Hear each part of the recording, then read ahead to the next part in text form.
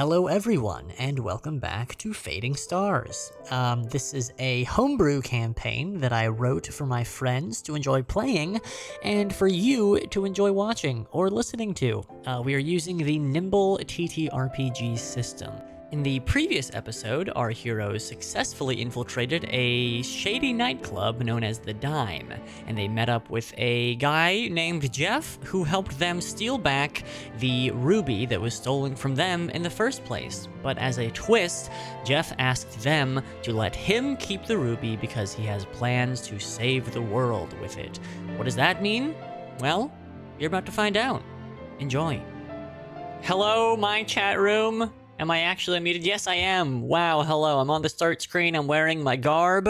I'm wearing my robe and wizard hat. No, I'm wearing my hobbit shawl and hobbit sword. Isn't that great?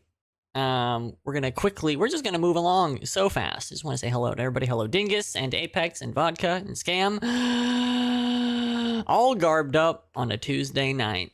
And we're just gonna listen. We're gonna be so fast. We're just gonna pop on over to our good friends and say hello to them right now. Oh my goodness, there they are. And you should be unmuted. Hello. Hello. Wow. Look. Oh, it's throwing. Ha. So much. I'm always getting attacked whenever I change the screen. Throwing rocks. Oh, being shaken about. Incredible. What is that? Is that a lint roller? It's an ace bandage. Oh, cool. Oh, right. Yeah, that makes sense. Okay, so you, sort of in the dead of night, hopped off of Henwick, the big giant pig, and Jeff hailed a wagon to take you the rest of the way through the night towards a massive city called Galdria. You know this to be the home of the Moon Elves, which is kind of a old, kind of regal race of very long-living elves.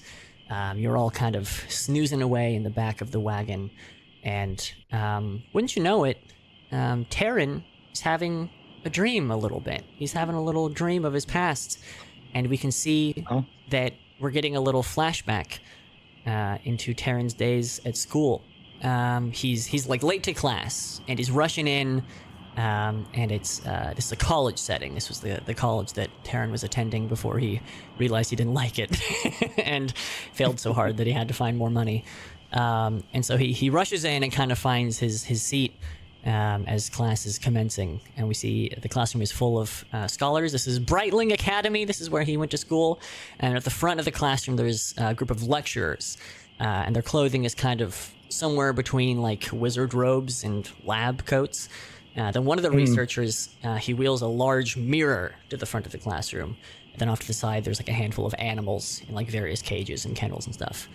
And then the lead scientist kind of clears his throat and goes, what we are going to demonstrate for you now is called the mirror test. Observe. And he gestures to one of his assistants who leads a dog to stand facing the mirror. The dog becomes almost immediately alert and kind of lowers its head and is like growling at his own reflection. And the scientist/scholar says, "Our household pup here sees his reflection, and he sees, well, not his reflection at all. He sees something unknown to him. An enemy, perhaps. A threat. Observe further." And then the next assistant gently drops a house cat in front of the mirror, and its reaction is just disinterest, and it truly does not know what it's looking at. And the scientist goes, "Now, where our canine friend saw danger, old Mittens here sees, well, nothing at all, really." The crowd kind of chuckles a little bit. And he says, "Now, keep this in mind as we introduce our third guest, the common northern magpie." And the scientist brings a bird cage to the counter at the center of the stage. The presenter opens the cage and allows the bird to just kind of hop onto his index finger. It's a pretty small bird. And he says, but first, a very small change. And he kind of whips out a wand from inside his coat, and he points it to the back of the bird, and he does a little flick, and then one of its black feathers on its back just turns like a really, really bright red. And he says, "This change is obvious to us, but imperceptible to the bird. Sort of like sticking a kick me note on the back of your friend. And he says, "But here we see," and he places the bird in front of the mirror. There's a moment where the bird is just kind of confused, and it kind of like cocks its head back and forth, looks kind of like it's thinking a little bit. And then the magpie checks behind the mirror for a second, and the people in the crowd kind of raise their eyebrows a little bit. The bird kind of turns to the side, and it kind of looks over itself, and it notices the out-of-place red feather, and kind of like reaches back with its beak and kind of like prunes it and eventually plucks it out. And then some people in the audience are like, "Oh," some kind of scattered little claps here and there. He goes, that's right, the magpie recognizes itself in the mirror. Not an enemy, not an unknown, but a friend. The self. And a voice rises from the crowd, sort of a snooty student. And he goes, apologies, but what are we to take from this exactly? That some animals have a heightened sense of self where others lack? Are we to be sending letters of enrollment to this magpie's mailbox? And some of the students kind of snicker a little bit. The presenter, he smiles, and he responds, firstly, I wouldn't say we've proven that some animals have a heightened sense of self versus others. I've only proven that we can prove that some do. A mirror is a useful tool in this exercise, but is perhaps not a language that every species can communicate in. No, this exercise isn't meant to prove anything to you. Rather, it's to implore. It's a philosophical plea rather than a scientific thesis. You see, the history of our world is a cyclical one. The history of our cosmos, doubly so. Some say we're doomed to repeat the cycle if we take note, if we take not the time to learn it, but I rather believe we're destined to repeat it whether it's been learned or not. It's in our nature. It's in the nature of things. Now, undoubtedly, in these many cycles past and in the many cycles to come, we will be forced to come face to face with ourselves, to see a reflection and be forced to reckon with it. My hope, my plea is that unlike our common hound or house cat, we don't recognize ourselves as an enemy, as other. I hope that, like the magpie here, we see ourselves as we are, as a friend. And then Terran the memory gets a little foggier, and he kind of wakes up and clears his eyes, has a little, like, oh fuck, I was dreaming of school kind of moment again. And you're all kind of waking up as the sun is rising. You can kind of see the peaks, the large sort of skyscrapers, the towers of Galdria off in the distance as you're coming upon the city, as you're all waking up. What are y'all doing when you wake up in the wagon? I read a book in my travels where if you see the sun within the first 10 minutes of the day, you immediately feel better. It brightens your day. So I'm immediately like leaping to the edge of it and just like trying to get as much sunlight as possible. Awesome. Getting those vitamins. I'm taking out my preserved meats. Cool. And I'm eating one of those. We love our preserved meats. Nice. Yeah, I guess I'm kind of like shaking the dream out of my brain. Like, I do not want to be thinking about school right now. Jeff is kind of at the front of the wagon. He's already awake. He's munching on some little bit of bread or whatever. He kind of looks back and says, "Oh, you're awake. Good morning, everyone. We're almost there. Almost to Galdria. Have any of you ever been to our fine city before?" Nah, the place looks crazy. It's no, this is my first. You, Denny? I've heard about a place like this. I heard about a place like this one time where there's these buildings that an ostensible fictional ape could crawl on. You'd be right at home. Yeah, this is crazy. Yeah, we don't get many apes around here. This is one of the largest cities, pretty much on the entire continent. Maybe actually, I think it is the biggest, second only. Actually, not second only. I think we've eclipsed Costa Lucia at this point. Quite big. You can see right in the middle of the city, kind of points. There's a huge spire kind of rising out the middle of the city, because that's where the Queen lives, and that's actually where we're going. Going to have a bit of an audience with the Queen. She's got food there. It's a big city. There's food. Left and right. Starved. Yeah. Oh yeah. Oh, we can absolutely get food. Starved. Maybe I've got a lot of explaining to do to the Queen actually, so maybe you can get a bite while I'm sort of doing all that, if you like.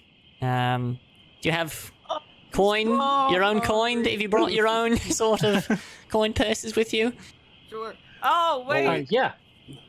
I still haven't. Do you know? Okay, I pull out the dew box and I show it to everyone, and I go, "Remember this thing?" Yeah, I remember that. Yeah. Do you think like if I put food in it, because after 10 minutes it crumbles to dust. If I eat it, does it like empty my stomach so then I can like, is it actually gonna make me full? Oh, If I was gonna put like ribs in I there. think you'd have to have like a remarkably fast metabolism to sort of absorb the food in 10 minutes. That's bad. That sucks. So you'd get free meal. You could just constantly eat food and never digest Yeah, but it. then I'm not feeling like it doesn't actually give me Then you're energy. never full. Yeah, that's true. I'm constantly starving. That sucks. I think a Oh, that stomach full of ash would be sort of a medical catastrophe to to deal with on a regular basis. I But wouldn't. I don't know, because it's basically just I don't know. Ashes are still like has some calories. It's maybe Like yeah. enough. Yeah. Sort of just raw material is what it is. Is that I'll look that up. an anabolic diet? I think they Okay. call that. I saw a guy eat his dad's ashes one time. That Oh, was no Jesus. Oh, good. They made him do it on a dare. He was really he was in a- bad. it didn't affect him physically, more mentally. that sounds haunting. That's quite bad. Now, be honest with me. Was Never- that you? Did you do that? Do we... Look, we don't have to. Don't look into what I may or may have not done to my dad's body. I implore you. It's a long What? life you've led. I'll take your word for it, man. I said I don't want to talk about what may or may not have transpired between me and my dad and his body. And did you burn his body? You ate it? No, that didn't happen. I didn't eat my dad. Okay, that's good. Ate dad. It's great. I didn't eat my dad either. Sort of show of hands if you've It's never good. eaten your dad, or if your dad's, yeah, there you go. Yep, you're raising my hand quite high. Never eaten him. Don't plan on it. Yep. Ashes are even know. 0 calories because all the ashes go to fire and it combusts and all the energy gone. So there's no energy. good. Oh, no, yeah. Oh, that's really Which, of informative. course, when you Thank you. think about it, that makes sense. You have like a little cookbook or a little like a recipe book that's like, by the way, ashes. Here's their nutritional value. Yeah. No, Um, I actually didn't read the book. I just thought about it. And that. Okay, you thought really hard and it came to you. Your wagon pulls through the gates of Galdria, and you can see this city is sort of like half and half a forest and a city. There's these huge spires that rise out, kind of like skyscrapers, but tangled around them, kind of like built into their architecture. These super, super tall trees, and so a lot of the city is shaded.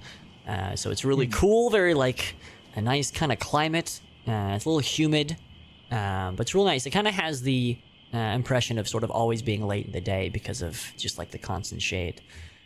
Would you equate it to like Big Sur? The red sequoia tree? Sure. Yeah. What kind of trees can I observe? Like, can I look at these trees and think about what kind of trees these are? Yeah, sure. Yeah, you delve into your deep knowledge of trees, and they have really sort of like broad leaves, big old hands kind of stretching out and blocking. So not like pine trees, not pine needles or anything like that, but big old like maple leaf type beat. So there are a lot of discarded leaves in the ground. Very, very fall vibes in this city. You pull up to the very center of the city. It takes a while to wind through all the streets, but you can see that the people that live here are primarily moon elves, which is a race of people. They're elves. They're very tall, very blue. Most of them have white hair.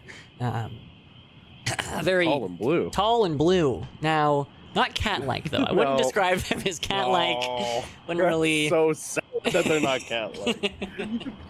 Wouldn't say. I understand there's a big important tree here, but that's not really the vibe. They don't attach God, themselves to the golly, tree with okay. any specific body part or commune with Yeah. it in that way. And none of them are somewhat shockingly sexual in nature. I mean, some of them might be, but you'd have to find them on your own time. Oh, Danny is interested. Show me. How much time do we have? Show me the hot elf. you pull up to the main tower, the Queen's Tower, and Jeff kind of hops off, and there's sort of like a Dark Souls style elevator, one of those like big round kind of spiral things that kind of goes up and down. And Jeff is like, well, this is where I leave you sort of temporarily. I'll just be going up into a chamber and sort of explaining the state of things. You're welcome to wait down here. I don't really have any guarantee of how long it's going to take, but I suppose I'll just... I'll see you when I see you, I suppose. And he kind of steps back onto the elevator. Oh. I'm starving. I'm starving. Look, if we don't get them some food, this is gonna be never ending. Let's go hunt for some food around this place. Yeah, sounds good. I'm kind of hungry myself. Let's go foraging. Yeah, I don't mean to, do all thing. It's just I'm gonna be a huge bitch if I don't eat to. And I'm already kind of bitchy. That's fine. I strive for the comfort of all creatures, great and small. Let's go eat. Yeah, let's get some food. Okay, you kind of find this is much less of a like down with the people kind of vibe that the Valinor County and Fort Valinor, and so the restaurants, not a lot of takeout here, a lot of need reservations and sit down type restaurants, a lot of small portion type shit. These people eat very fancily and eat very sort of small fancy portions of things, but all the food looks great. It just might be a little expensive and not particularly filling, but you find all kinds of places. Well, that's no good. Can I do like a check of like what looks like the shittiest place we could go to? Find just the people's place. Yes. Yeah, sort by least amount of stars. Yeah. What's the worst rated restaurant in Galdria? One of them. Okay, there's I'm trying to think what would be the shitty food to a fancy elf. You kind of head down, more of like a marketplace kind of vibe, but there's more stalls, like raw ingredient type shit, and more some kind of stalls. And you find one place that is kind of just like a food truck type vibe, but out of a wagon. And they're handing out. It's a lot of like real good like baked goods with like meats in them, stuff like meat pies and shit like that. Still not maybe as large as you'd like them to be, but a bit more like filling, greasy food. How's it suit you? I guess. Oh, let's look at the menu. Can we ask how much is a meat pie? Excuse me, how much is a meat pie? There's just an elf guy, kind of balding. He's got a big old greasy apron on behind the window of the wagon. Hey. Goes, oh yeah, meat pie. Hey, hello. Yeah, it's meat pies, 10 gold each. 10 gold each for a damn meat pie, brother. Hey, they're really good. Oh, hey, they're really. What kind of meat you got in there? Oh, animal. See, yeah, level with me here. You're putting that rat meat in there, ain't you, brother? I would never. These are good. These are farm animals. Look. I will not tell everyone around us. I will not scream rat right now if you give us a pie for 3 gold each. Or else I'm screaming the rat. I don't have rat meat. Are you actually going to try to convince him this? Yeah. Okay. Alright, we're going to have to do a... I gotta look at my stats here. You gotta do a fucking... I leveled up my influence. Oh, good. That is what this would be. This would be an influence check. This is a legitimate establishment, so you're gonna have to be pretty persuasive that you will somehow convince other people that he's selling rat meat. That's pretty good! Jesus Lord. Oh my God. First roll of the day and swindle a guy at a meat pies. That's great. Oh boy, really using up your luck for the combat later. So he goes, I don't need that kind of heat on my shit. Jesus Christ. Yeah, I want to take a couple of meat pies. Fucking goddamn. 9 gold for each of you, for total if you each get one. Over. All right, I hand up 3 gold coins to the counter. All right. I'd slam it on the counter, but not too hard. You love to slam. Using these piping hot meat pies, and they're real fucking good. They're nice, buttery, flaky crust, you might even say. Buttery Wow. flaky crust. Yeah. Damn. Awesome. A pang of guilt strikes me as I taste how delicious this meat pie is. Oh, no. I shouldn't have been so mean to that guy. Yeah, your karma meter slides to the red just a little bit. It's a hidden meter we've been keeping track of this whole time. I tell my computer, you gotta stop me from being so bad. I'm being so bad all the time. We don't have a lot of money. Yeah, And also, that was we're kind of trying expensive. to save the world. I think it's totally fine that we get a little bit of a discount for doing That's some true. sort of save the world bullshit. So That's true. That's true. You're yeah. right. If it wasn't for us, this guy would be so dead that we couldn't eat his ashes in his meat pie. That's what I'm saying. I like that you don't know what specific kind of danger the world is in yet, or what saving it would even entail before you're using that as leverage to be a good They're person. killing everybody. We're just already the chosen one. Yeah. Haven't really even been asked yet. We're like, yep, that's us. He goes, are you fucking kidding Have me? you seen this woman? She ain't no moon elf, I ain't seen her. Whoa. What is that supposed to mean? We're pretty homogenous here, is what I'm saying. It's pretty fucking, you know. Are you against people who aren't moon elves? Hey, you want to maybe give me some more gold for that for that meat pie you gave me? We're trying to save the world, buddy. You don't even know. This meat pie salesman has not seen your mother, unfortunately. Is there any other palling around you want to do before going back to check on Jeff? I'm not hungry anymore. This pie was great. I'm in a good mood. I'm not gonna be a bitch anymore. I think Well- I've discovered like a new like favorite meal, and that's dangerous Oh, because I think I'm probably going to be paying full price next time. Taryn Lanky.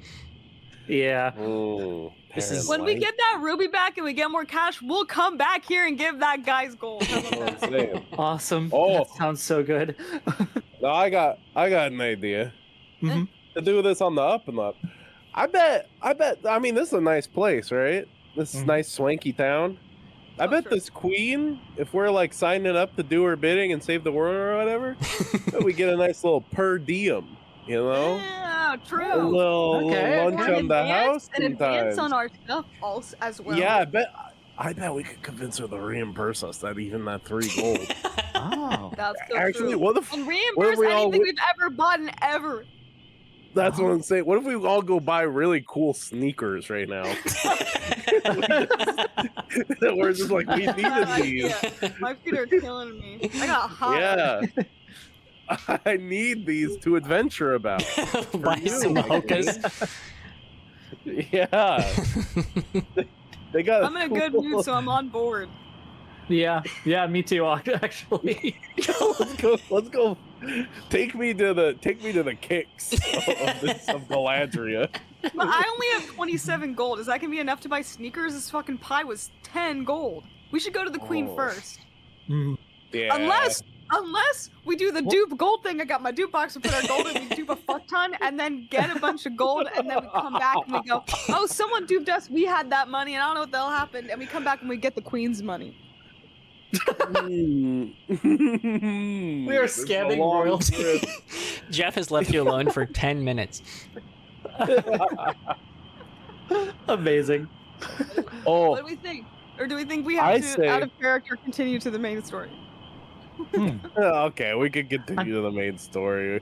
We'll ask her about some if she has any sneakers for us waiting in the back. Great idea. Yeah, maybe she's got really cool ones. Yeah, maybe And also, she's we got. could just lie and say we bought the sneakers and they're at home. That's what I'm saying. We got. I got. We could probably prestidigitate some fucking receipts.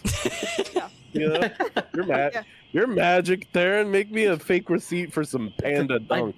I will make it clear. I failed out of almost every magical class. That's kind of why I'm here. You know, sometimes I'll say this: sometimes school isn't for the wisest minds. You know, Yeah. they keep you trapped in their prison. Now you can Oh. think free and get me panda dunks. Prestidigitate us some receipts. I Yeah. mean, I can see what I can do. I can try to think in the mind of a shopkeep for a second, see what a receipt would look like. Are we doing this right before we see the royalty? Yeah, Yeah. good little world. Do it now. All right. Do it now. Sure. I do It's my better absolute. prepared versus not. Prepared. Yeah. Uh-huh. I guess I take a piece of like parchment paper or something that we might have, and just try my best to like scrawl out something that would resemble a receipt. Okay. It's like three pairs of sneakers. Real quick, we cut to Jeff, and he's talking to the Queen. He says, "I swear these are good people. They're going to help us out on our quest." Cut back to Taryn. Right again. Oh, how much money, how much gold do we think these sneakers would be worth? Like 400 gold. Probably. Four really nice ones? Probably Probably a lot. 400. If we want the ones that aren't made of rads. Yeah. If I want about 40 pies worth of sneaker. Oh man, those pies were so good. Yeah, okay, 400. Yeah, that sounds good. Just like scribbling it down. 400 gold. Cut back to Jeff, and he says, "I know you'd only take a risk on the absolute most purest of souls to help us on our journey." Cut back to you. All right, Dad, that looks good. Yeah, this looked like it would fool Queen. You're hungry again? I'm just kind of thinking about how I'm gonna be hungry soon. Yeah. Brother, But let's go to the Queen because maybe they have good fruit. That's true. Yeah. I've Okay. seen a queen or two. They got fruit bowls galore. Yeah, they got fruit that looks like it's shiny. The royal fruit polisher up in there. That's right. That's right. All right, let's get back to this queen. Okay, you're following the main quest icon back to the to the center of town. Okay. Well, we are bringing these receipts. Okay. Tell you what. Bringing these. I do think Tara might have to roll for how good these receipts look. Yeah. Oh boy, what kind of role will this be? Let's see. This would Finesse? be. Is writing really good? Dexterous, kind of. It involves Maybe finesse? Yeah, I think this will be a or finesse check influence. Yeah. to see how good these receipts actually look. Okay, well, let's go ahead and roll that finesse. All right. Come on. Oh boy, they truly look Catastrophic. like a 5-year-old drew them. And you know something fantastic? I have a -1 in finesse. Oh no. Okay. You've like misspelled a lot of words on it. That's pretty cool. Oh no. Hey. The I take one of the notes and I look at them and I go, "This looks pretty fucking bad." But it's better to try than not try, you know. That's what I'm saying. I What are think they it gonna looks do? pretty good Kill us myself. for showing them a piece of paper? Yeah. Come Also, on. like queens, monarchs, and stuff. Like they also have some weird. They're all dummies. They probably don't know any better. They've never handled a receipt in their life. Yeah, they have people to Oh. do that. Yeah, No, such a true. good point. But Yeah. then, do they have Right. people to handle a receipt for reimbursement? I don't know. We'll figure it out Oh, when we we get gotta there. talk to the We'll bursar. cross that bridge when we get Yeah, that's there. not gonna Okay. be good. Yeah, Yeah, we'll yeah. figure it out. oh Maybe boy. Jeff could help us out. Yeah. Well, hey, Anyway, you've anyway. wandered back to the central tower with your really embarrassing attempts at receipt forgery in hand, and arrive at the elevator just as it is landing back on the ground floor. And you see a very sort of tired-looking Jeff. Looks like he's really kind of conversationally been through it, kind of stepping off the elevator. Just like, whew. He goes, okay, yeah. Why do you look tired? You look really tired. It's, oh, do I? I just sort of, you know, You long look terrible. journey and all that, you know, we were on a wagon overnight. You look, Down. you sort of- look terrible. Yeah, all right, you know, don't need to keep saying it. But, you know, sort of, No, I'm worried about you. I'll be fine, I'll get a nap Are in you later. hungry? I'm a little bit I'm hungry. starving. Yeah, Oh, we didn't should you go just, eat. didn't you just go eat? How did you know that? Didn't you say you were going to go eat when we were going up to the Queen's? Was that information you knew? Were you around when we said that? Yeah, I was Maybe. sort of yeah, around you you. were. Yeah. Okay, cool. It's possible. Yeah, we've got this really good meat pie place. That's so- great.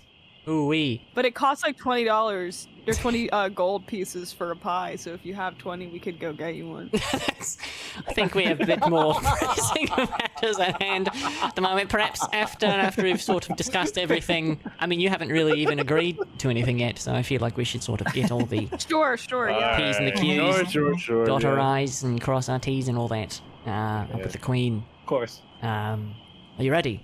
Sure. Yeah. I like very quickly just like kind of shove the receipt into Denny's hands and just like yours. I have to deal with this. All right, that's fine. I'll sweet talk for you, my boy. Thank you for producing such a document.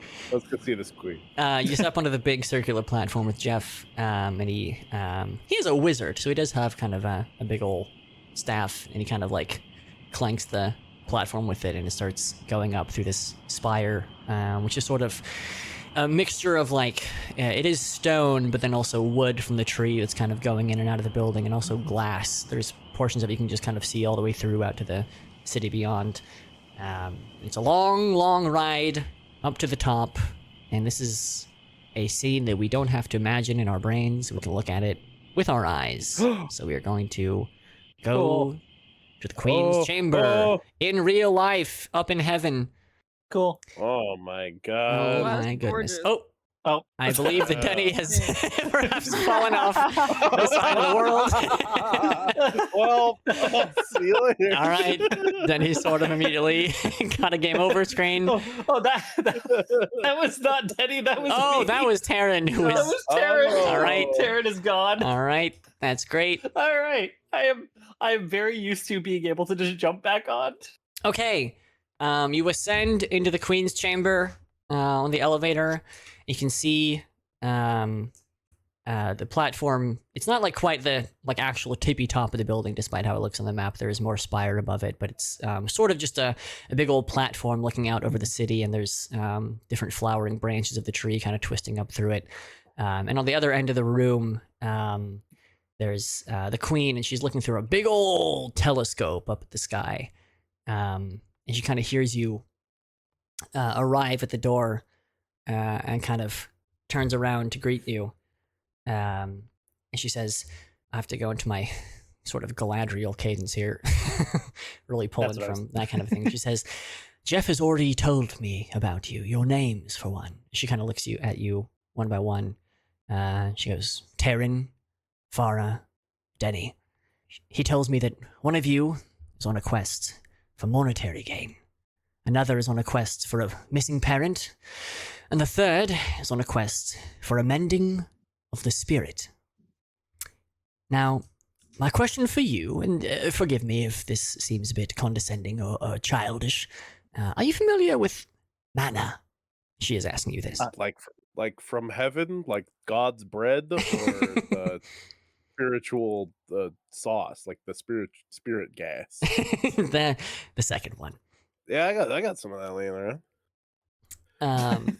She says, yes, mana is the very essence of life. It's the very essence of existence. It's the blood that runs through the veins of our world. We harness it to breathe, to walk, and to create both magic. And she kind of points her staff into the air, and a big old like plume of blue flame kind of comes out of it. And also object. And she kind of points her staff at the ground, and then a little it's not actually physical, but it's sort of like a magic version of like a hologram appears, and it's just like a little dinky little robot kind of like clanking around. And she says, is this familiar to you? Pointing at the little dinky robot. Is it supposed to be? I guess Arcana/history check for me, because I went to the college, right? Yeah, it's possibly would have absorbed what she's talking about. All right, let's see. What are we thinking? Is that Arcana or lore? This would be lore for sure. Lore? Okay. Yeah. All right, let's see. Are we rolling a 2 again? I'm rolling a 20. You're so right. Let's see. 12 plus 3, 15. Yeah, it's pretty good. Okay, yeah, you do know what this is. You know this is a pretty rudimentary Magitech creation. Oh. Okay. Yeah, it's Magitech, right? Like the husks out there? Correct. This is a one of the earliest creations. You see, hundreds of years ago, an idea was born. We called them Magitech. They were rudimentary, like this at first, but they quickly grew in complexity of design and function as well. And so she kind of taps the ground a couple times, and a few more, sort of like the evolutionary line that we see that like the apes turning into humans kind of a thing, is like more complex robots kind of start sprouting up until one is not like, doesn't have like skin, but it's still like a much more human shaped robot, but still kind of clanking appears as kind of the final step. And she says, eventually, they grew so complex that they contained what appeared to be the spark of life. Full beings they came to be. But this came at a price, you see. By draining the planet of so much mana to create these beings, we disrupted the very flow of life that governs everything. The cycle of death and birth. She says, you can see that the Magitech are kind of like multiplying. There's more and more of them surrounding you. The more advanced ones are kind of all now kind of surrounding you in the room. She says, without a surplus of mana, new life cannot come to be. So the very fields that we had created the Magitech to tend to began to wither and die. She says, and here lies the problem. Mana is not a renewable resource. The amount available to our planet is fixed. And so, absent the option to create new mana, all roads lead to returning it.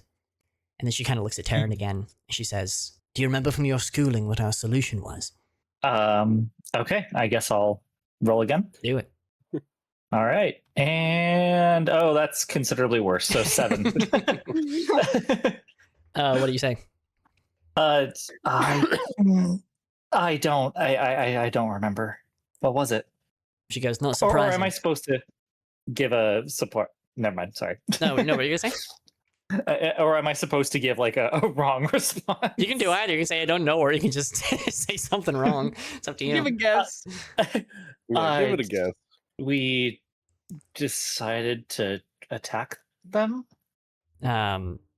We see a hologram of a human with a big pickaxe, and he kind of walks up to the Magitech and he just like chunks it right into its neck, and it sends like a spurt of just like blue, not blood, but just like magical liquid kind of spurting out and onto the ground.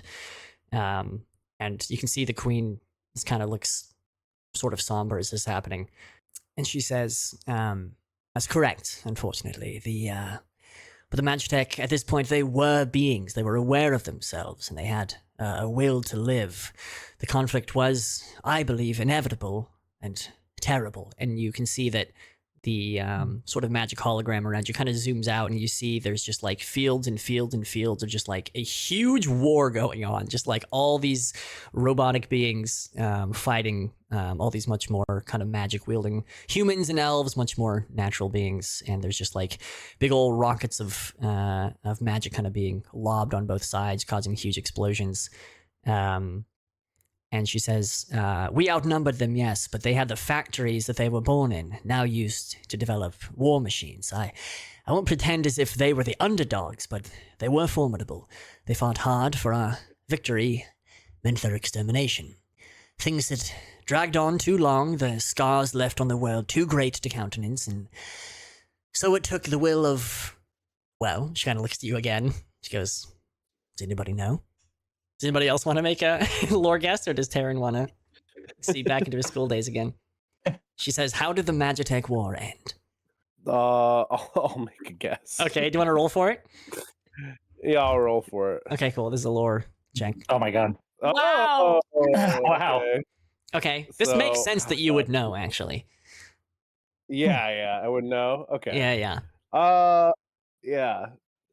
Here, so I can DM you what the correct answer is, so it can feel like you made it up on the spot. Yeah, wouldn't that be cool? Cool. I see. Right.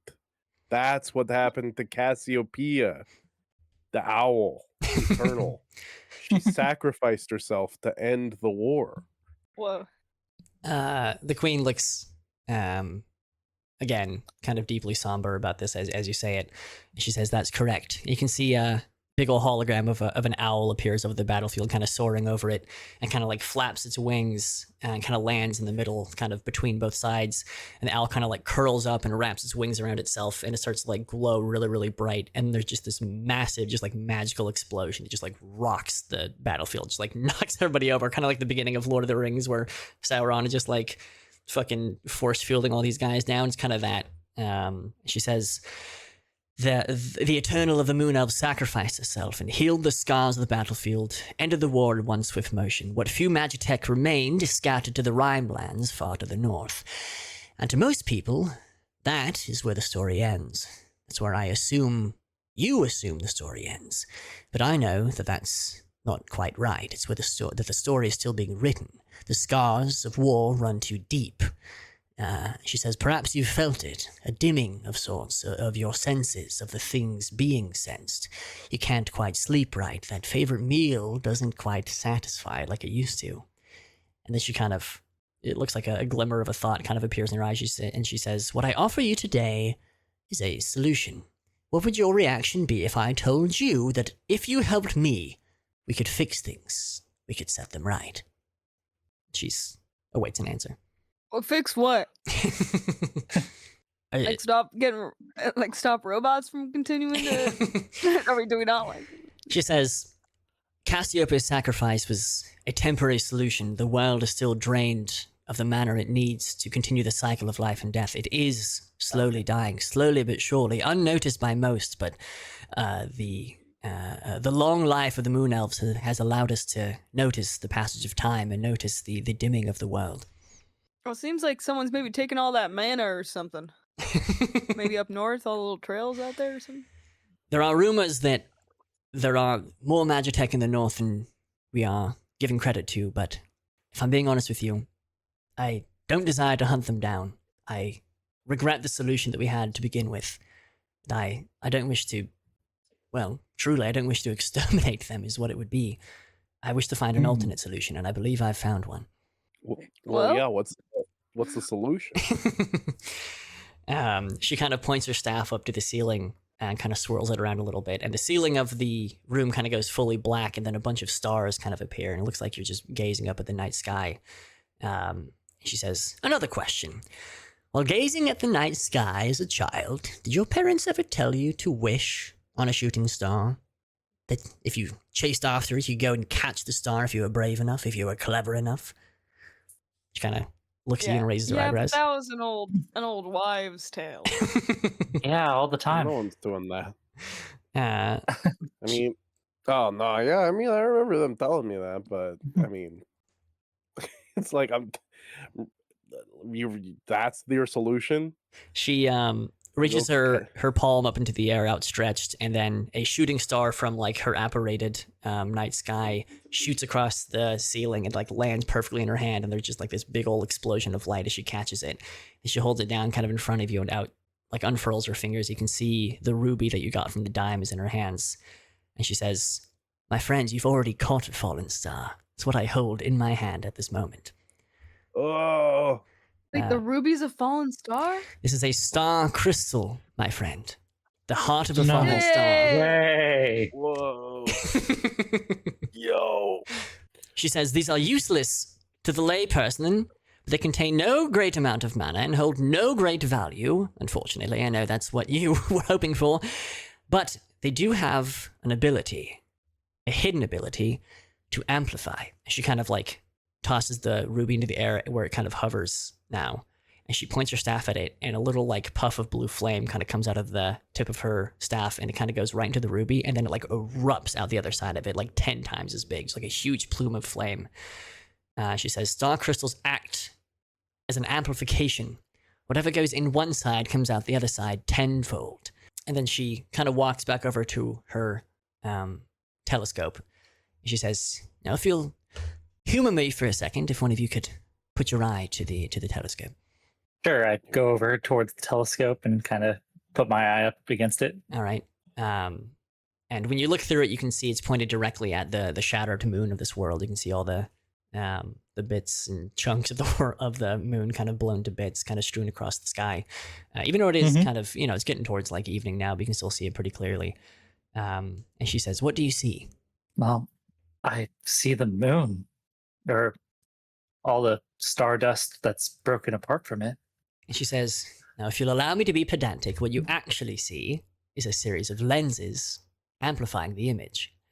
And then she holds up the star crystal again, and she goes, that's precisely my plan.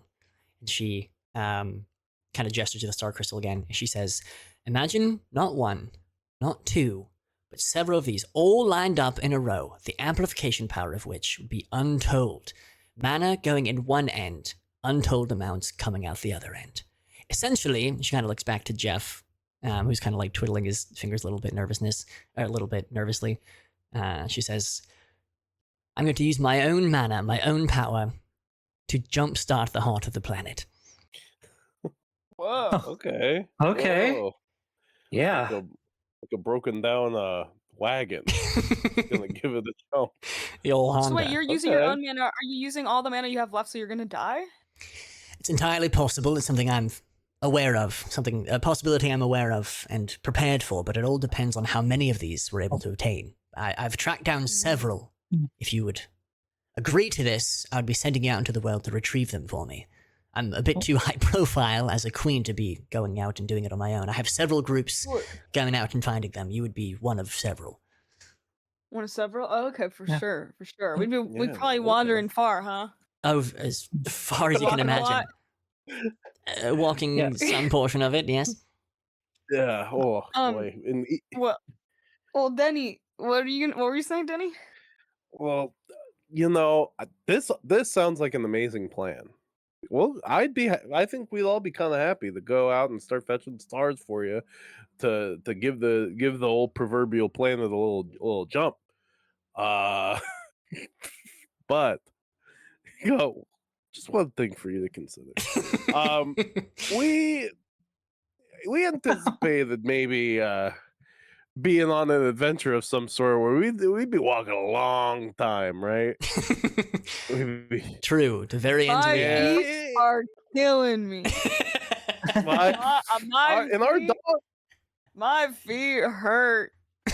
Are gonna be barking, and in order to be faithful servants from getting here. They're barking like a damn kennel. And they stink to high heaven, let me tell you. So what we, in anticipation to show you how prepared we are, we went and bought some of the highest end, the walking and adventuring shoes that money can buy here in your beautiful city. All right. How do you think about that? That shows a little gumption, a little daring do, a little like stick-to-itiveness and preparedness. If you could perhaps arrive at the point. I'm just saying, yeah, get you reimbursed that for. Plus, is there any way? Because food's really it's expensive here. It's very expensive here, and I'm so hungry. And as a one of the many servants of the manor, would love some sort of cash, some gold allowance of some sort. She kind of looks down to the floor, and then kind of back up at all of you, and she says, "Within the walls of my city, you would not want for anything. We would be supplying you with supplies and gold for each of the legs of your journey as you venture out into the world. I can't promise you access to every corner of the world. Again, this is meant to be a low-profile sort of assignment. Sure. Can't be sort of saying my name wherever you go and demanding access. But you would be taken care of on this journey.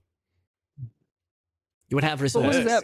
What are we talking about? The details of which you can discuss with Jeff if you agree to the premise of this. What do you three say? Can we get like a ballpark?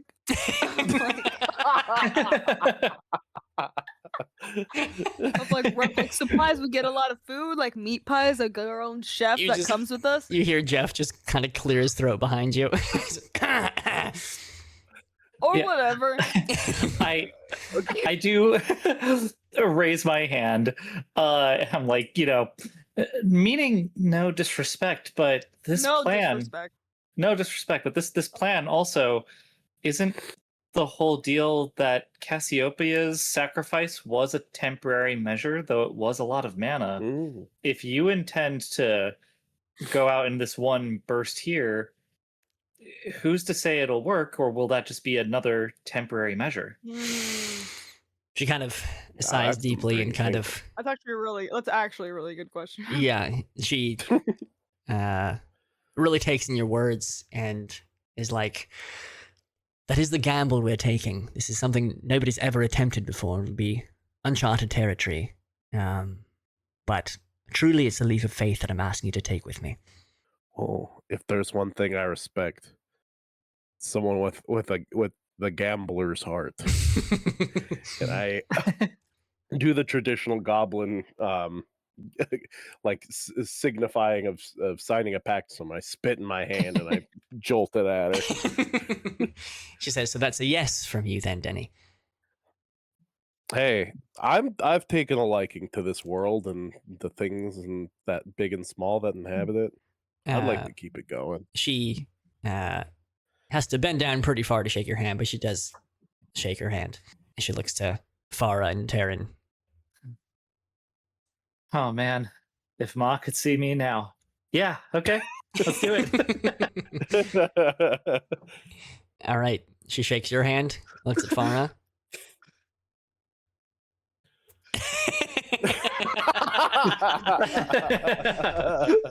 My only request, besides the money for cool sneakers and meat pies, is I've been trying to find my mother for years. And I would appreciate if maybe, because you got all these groups and all these people going around, I'd appreciate if you could make copies of this photo of my mother and give it out to all these groups that are coming in and out of here, and maybe someone could find her. She said, that'll be no problem. You'll be going to such far reaches of the world, I can't imagine there'll be any corner left untouched by you. All right, sure. All right. She shakes your hand, and you're kind of gestured back towards the door, back towards Jeff, and as you walk towards him, and she calls out to you one more time, and she says, Ava, by the way. Ava? Yeah. Ava? That's you? That's How your do name. you spell that? It's 3 letters. It's A-V-A? Yeah. Oh, you're not going to do Ava? Yeah. Under my breath, I go, come on. Don't just say Ava. Wait, Ava is AVA, not EVA? It is AVA. She's not an Evangelion, not an Eva unit. Damn. Not an Ava? Okay. All right. You step back into the elevator with Jeff, looking similarly kind of stressed out as him now after being through such a important, big conversation. And kind of looks at you and he says, thank you all for helping us. It's a lot that she trusts you. Yeah, why does she trust us? Just a genuine question. Little Jeff sort of worked his magic. Sort of, I got more than one type of magic in these minds of mine. Speaking of Jeff magic, yeah. What kind of magic can you conjure up in the shape of a sneakers shop? He says, yeah, sort of want to get down to Breast Tex. Sure, so you're going to have lodgings here in Galdria, just set out for you. It'll be quite nearby. You will have an allowance as well while you're in the city, as well as one for your traveling out in the world. Of course, footwear is quite important if you're going to be, walking around the world on paths unknown. So I think that can be arranged. Actually, that reminds me. Speaking of amenities, where is it? And kind of like pats himself down, and he finds in a pocket. He pulls out what kind of looks like to be like if you smashed a Game Boy and then put it back together, but didn't kind of do a great job, and so there's kind of like wires and shit sticking out of it, and buttons are kind of not sitting right. And he kind of hands it to one of you who wants to take this weird thing. I'm drawn to this weird thing. What is this okay, cool. Yeah. What is this little hunk of junk? He says, this is sort of one of my inventions I've been trying to put to the test here. Sort of one of my hobbies is I make sort of minor magical devices. This is one of them. This is the latest one. It's called the G-Net device that you can use. And as your DM, this is something you can use once per session to have me just level with you. This is when you're having a hard time with like a puzzle or some kind of thing, and you can just look me dead in the eyes and go like, what the fuck are we doing? Cool. Yeah. All right. You're calling Jeff, good. but he will be the stand-in for me. He is your your DM character who can be like, this is what is expected of you once per session. That's awesome. Our escape room lifeline. Yeah. He leads you to your quarters, your lodgings, and they're pretty fucking nice. Pretty, plush, big old thick rugs, 4-poster beds and all that type shit. And there's in each of the corners of your room, there's just like a pile of supplies, including a bag of money on each of your dressers. Oh, there is 100 gold in each of them for both of you. 100? My God, that's not a lot. I mean, hey, maybe that's a daily rate, brother. Maybe. Hey, Jeff. Yeah. How much? We got 100 gold. Do we get that like every day? This is sort of just your beginnings, sort of just to get everything you need for the first leg of the journey. It'll be replenished when you return after retrieving the first star crystal, if you retrieve it. Do you think if we get a crystal, like we get more money? I suppose something like that can be arranged. I don't see why not, to be honest with you. It's just sneakers are so expensive. Right. And like what's gold to like the fate of the world, you know? I don't disagree. Yeah, that's what I'm saying. And I don't mean to be like a stereotypical goblin. Hey, come on. Scratch a guy's back. I like to wet my beak a little bit. What is it that you're needing? We need a sneaker shop. Pronto. Yeah. And then I'm gonna be hungry again. He reaches into his robe, and he pulls out 3 little pieces of parchment, and he quickly scribbles something on each of them, and he gives each of you a Queen's Missive, and it's directed at a shoe store in the very nice shopping district. And he says, these are vouchers. You don't even have to spend gold. Sort of just go and redeem them and, on your way and all that. Now, that's what I'm talking about. Yeah. Do you have vouchers for restaurants? Well, apparently we don't have to spend anything while we're in the city, right? Isn't that what Ava said? That's what Queen Ava said. Hang on to this gold. This is for incidentals. She did say you should not want for anything while in the walls of Galdria, and I think she's going to, hold true to that. So, sort of. Hey. So, do we need a voucher for restaurants, or can we go into any restaurant and they'll just give it to us because they know if we say something? I think you might need sort of either me present or some sort of missive. Well, Jeff, let's go get food after we get our freaking. Oh, we should get like coffee or something first, and then go get our sneakers, and then we get food. This is just you planning a day in LA at this point. And you let me dress you, Jeff. Jeff, let me pick out your shoes. Jeff, he is dressed very nicely. Have you thought about your color season, Jeff? You ever think about that? Oh, I should say Jeff is not a moon elf. That's super important, but he doesn't have the blue skin of the moon elves. He's actually a wood elf. Oh yeah. Yeah. He's from Terran's part of the world, actually. Hey Jeff, I got a question for you now that we're kind of getting to know each other. Yeah. How'd you fall in with these big crazy blue people? He's sort of asking for my backstory and all that. So I was actually a professor of magic arts out down south, the Silgrin Weald. I was a professor at Brightling Academy for a while, and I did like it quite a bit, but it was a bit sort of highfalutin for me, sort of, a bit stuffy. And I know that might sound ironic considering I work for the Queen in the capital city at this point. But I wanted to be a bit more practical. I wanted to journey out a bit and leave the academy behind and sort of have a bit more of a practical effect on the world. And, well, here I am saving it, so sort of hoping that's going to work out in the end. I specialize... Yeah? The Queen probably pays more. Then the academy? Oh, yeah, by far, absolutely. Well, there you go. She likes me a bit more than they did. Yeah. Morally and monetarily, we're making that good. Yeah, I know a guy who might enjoy, who might be inspired by your kind of story. You know a guy, yeah? Yeah. Terran, what do you? Yeah, it sounds like this could be you. You don't need to go back to school. Yeah, maybe. I'm so thirsty. He looks at you and he's like, okay.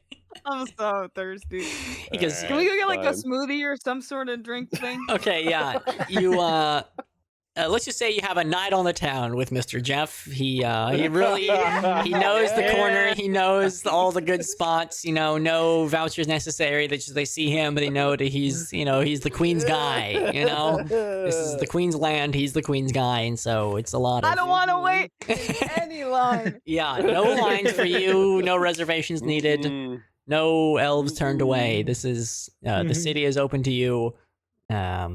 And flavor-wise, what are you doing in Galdria? This is a fancy-ass city. Can we find like a sneaker shop that's so fancy that they give you like little drinks while you shop? Sure. Why not? Okay. Well, I don't know. How's everyone else's feeling? I think we could all go through and kind of describe our big day at our big night out on the town. Yeah. Okay, we'll go. Yeah, that sound. We'll go reverse webcam order what your night was like. However, I just want to interject and say that when you're talking about shoes and like getting big old sneakers, I'm kind of just picturing you all wearing like really big etnies, like big old like skater shoes, just like full on medieval fantasy shit for the rest of your body, and then just etnies.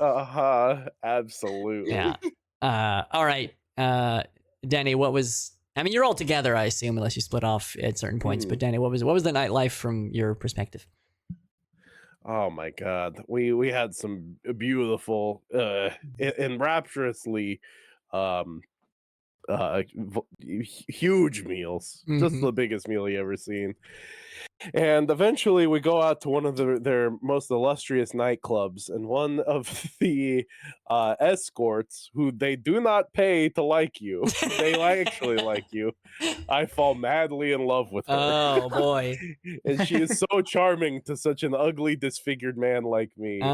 She steals my heart, and we have one magical evening. We don't do any of that crazy stuff that you're thinking about. Like what? It's deeper than that. It's deeper than that. We have a beautiful night of the soul where we exchange our hearts. Wow. But in the morning I wake and she has left. And I'm left to dream forever. Where could she have gone? But I do notice that my bag is about 30 gold lighter. Okay, so money did change hands. Yeah, but I didn't pay her. But okay. She was paid, but there was an eye contact. Done that on her own accord. Okay, so you now got 70 gold as your allowance instead of 100. Yeah. Great. Right. All right, Farah, what was your night like with this crazy pot of pals? Well, my feet were really comfortable, and I when we went to the restaurant, they had lamb, and I was like, oh yeah, I saw they were bringing in a big lamb, and so I went in the back and I went, can I help out there? And I made this wonderful sauce, and the chef just let me like go kind of crazy on it, and I was like grilling up these. Whoa. I was helping them like start the fire and stuff. Yeah. And I grilled some lamb shanks with some other friends, and it was great. And I served it to our table, and we were eating a bunch, and I had like a big lamb shank in my hand. I was doing that thing where I had like a big beer in my hand, and I was eating it, and I'd be kind of drunk, and I'd go but I'd have like a bunch of food in my mouth, so I'd be like and I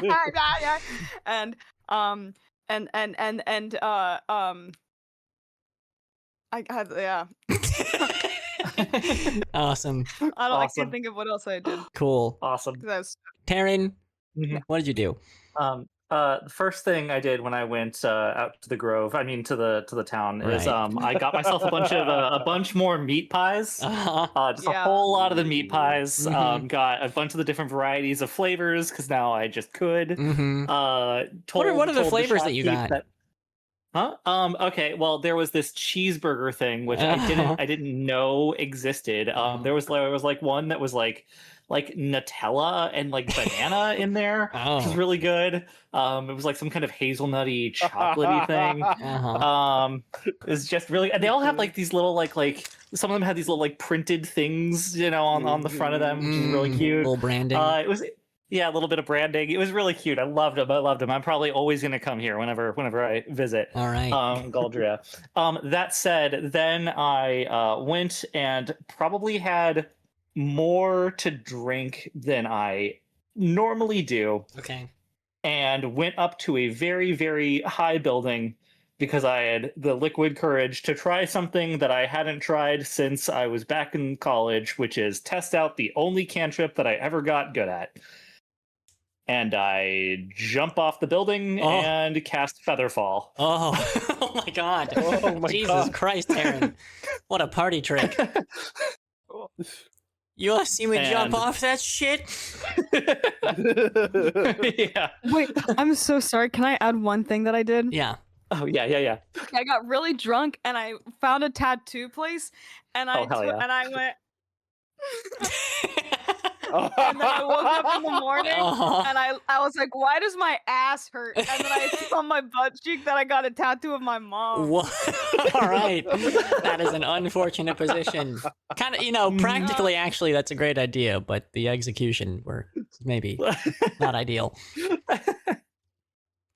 That's amazing. It looks pretty good. Great. All right. I the mirror and I went, all right. That's her. Yeah, that's mom. Okay. You all have your respective nights on the town. You all wake up kind of groggy. And in sort of the lobby of your, not really hotel, but, just living quarters. Jeff is kind of waiting for you, and you can see he's looks a little hungover, and he's kind of just sitting on a bench, looking like he's not quite awake yet. And he goes, "Oh, hey everyone. Good morning. Ready for your debriefing for the day? The rundown of where you're going next?" Oh, well, we'll go anywhere, because with these shoes, I'm not going to get tired. Yeah. And I'm probably not even going to get hungry.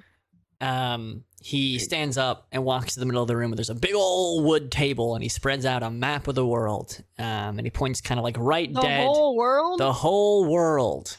Or at least the continent that you're on. And he kind of points right in the middle of it. At a little drawing of a city that says Galdria. He goes, "We're here, obviously, and where you are going to be headed is," and kind of like slides the pointer of the map to the far north. There's like this foresty region at the base of some mountains, and it's labeled Ash Forest. And he says, "You're going deep to the Ash Forest. This is the realm of the Moth Eternal, Phaedra. It's quite a dangerous place to be sending you first off the bat, so I do apologize for that. It just happens to be the most assured location of a star crystal at the time being. I can't promise." Denny looked like you want to say something. Well, what's dangerous about it? Well, it's a incredibly dense forest, very dense rainforest, and it sort of has its own, shall we say, defense mechanisms. It's very difficult to navigate if you don't know where you're going. Lots of creatures that can create illusions, can poison you and disorient you, which I know this all sounds quite alarming. So, just south of where the forest starts, there is an outpost here. This is the Northern Reach Expedition facility, and he sort of points at this very kind of tinily drawn building kind of on a road. He says, "You'll be meeting up there. There's a surveyor there that's been in and out of the Ash Forest and has mapped out quite a bit of it. That's going to be leading you deep into it. You're going to be headed for a settlement. There are people that live deep in the Ash Forest, and we do believe that they hold in their possession a star crystal. But I wouldn't worry too much about that at the moment. I would just worry about getting to them. So you'll be going to this outpost here and meeting up with the surveyor, and he'll be leading your expedition into Ash Forest. Is that all clear?" Yeah, are you coming with us? I will be staying behind, unfortunately, for this leg of the journey. Much to be done. But again, you have the GNet device. You can talk to me at any time if you'd like. What's that? Oh, right. Yeah. What was your question? It's just if we're gonna be out of the town and stuff, like we're probably gonna need like rainforest shoes or something. I don't know if these shoes are gonna be really shoe focused. I think those are called hiking boots. Like, do you think these shoes are gonna be fine for a rainforest? These ones that have a little logo on them that says Skechers? No, I don't think that's going to really cut it in the rainforest. No, you'll have hiking boots supplied to you, don't worry. Oh, you already bought them? Yeah, they're in your adventure kits here. There's like 3 sort of big ol' knapsacks full of rations and supplies and everything for your journey. Okay, I look through mine and I see that mine are green. Okay. Cool. I don't want green. You made that up and then were not happy about it.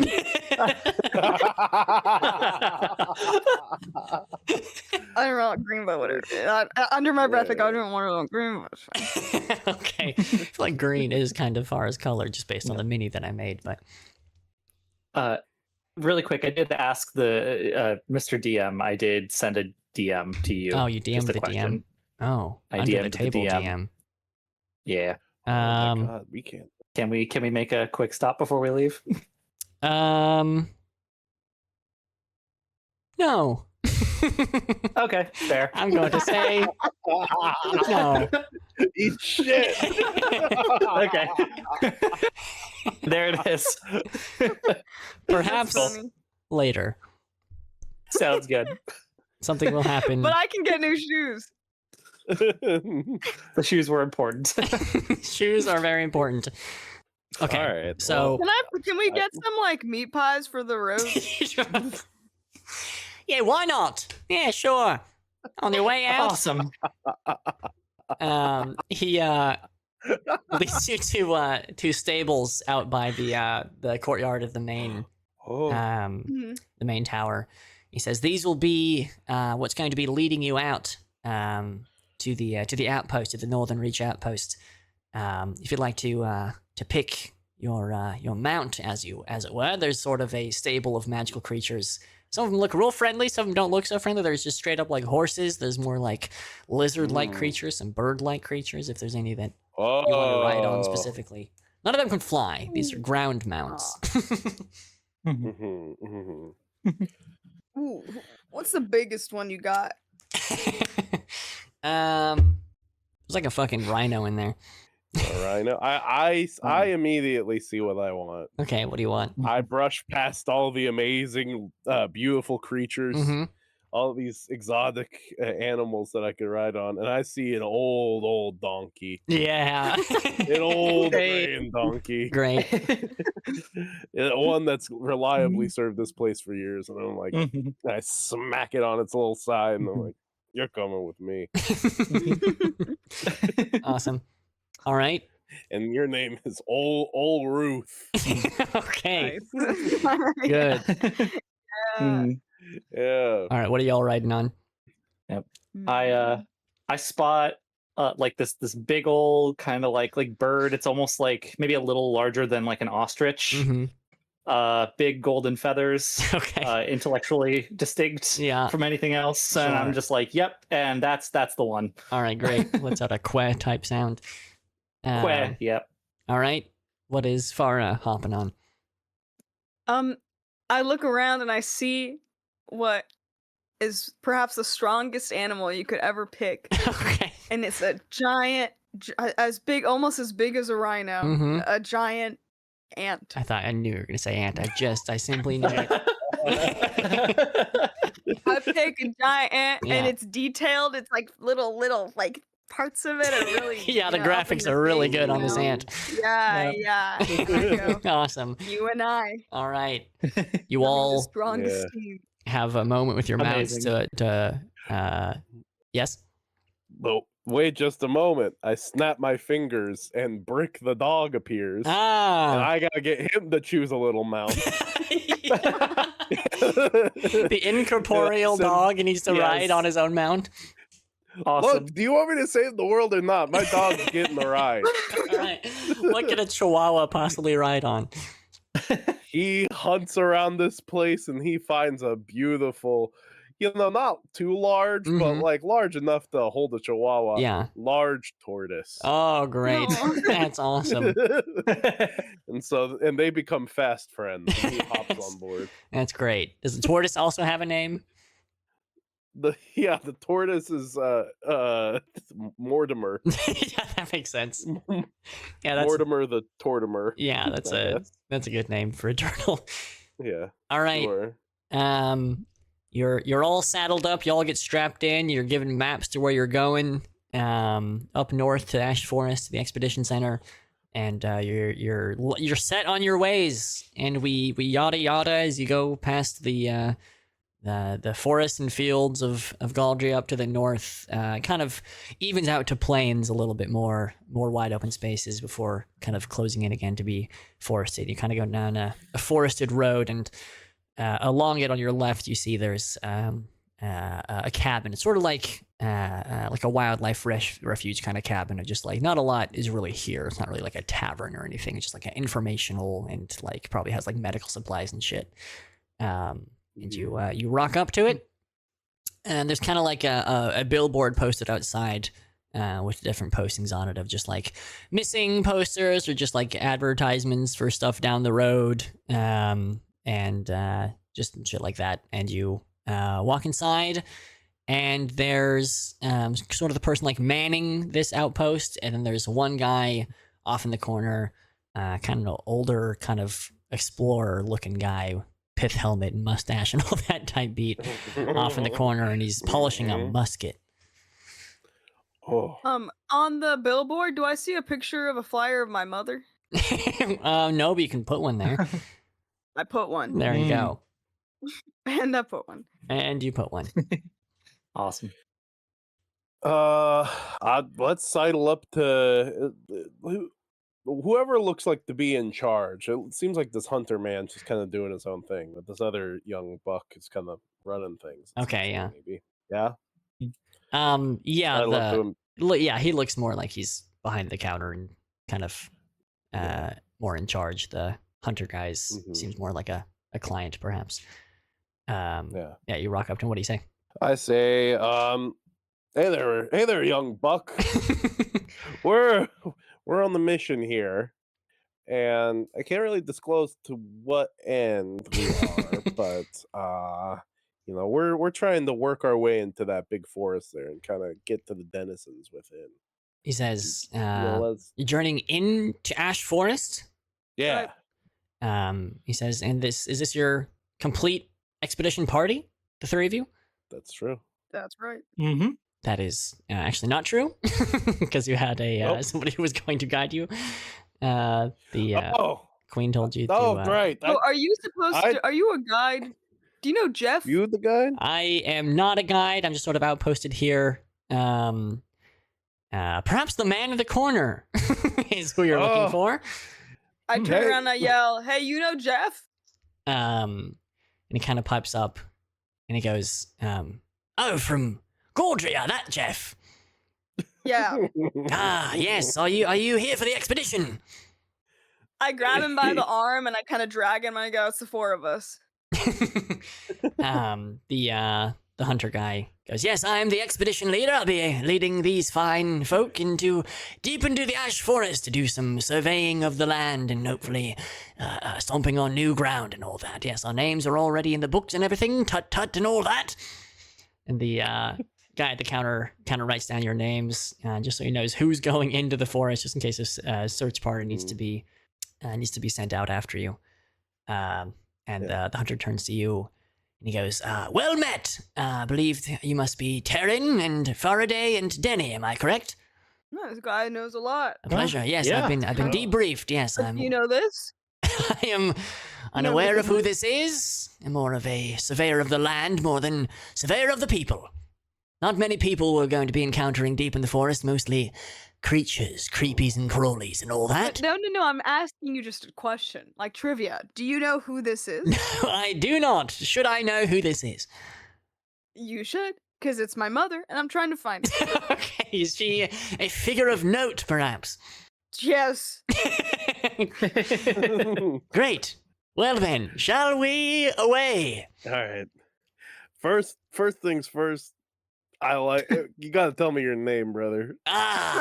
Yes, my name, which was planned beforehand and written down so that I may look at it and recite it to you.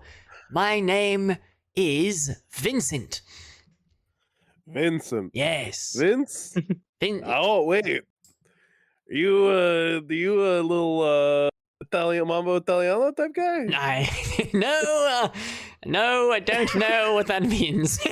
Okay, don't worry about it. I already got to tell you, I'm obsessed with everything about you. Oh, great. I think you're great. Big gun guy. Yeah, when you get back. Oh, yeah, go for it. Yeah. Mm-hmm. When we get back here, can you hook me up with one of these looks? I've been dying to oh, yes, the explorer's garb, the many cargo pockets and the pith helmet and all the accoutrement and all that. Precisely. Absolutely. Precisely. I know exactly where to get these things. All right, you got to hook me up with that. All right, get me in there. All right. He leads you out, and there's a very not reassuring path that kind of leads into the ash forest. Doesn't really look like it's even been trod on very much. And we're going to go there now for real.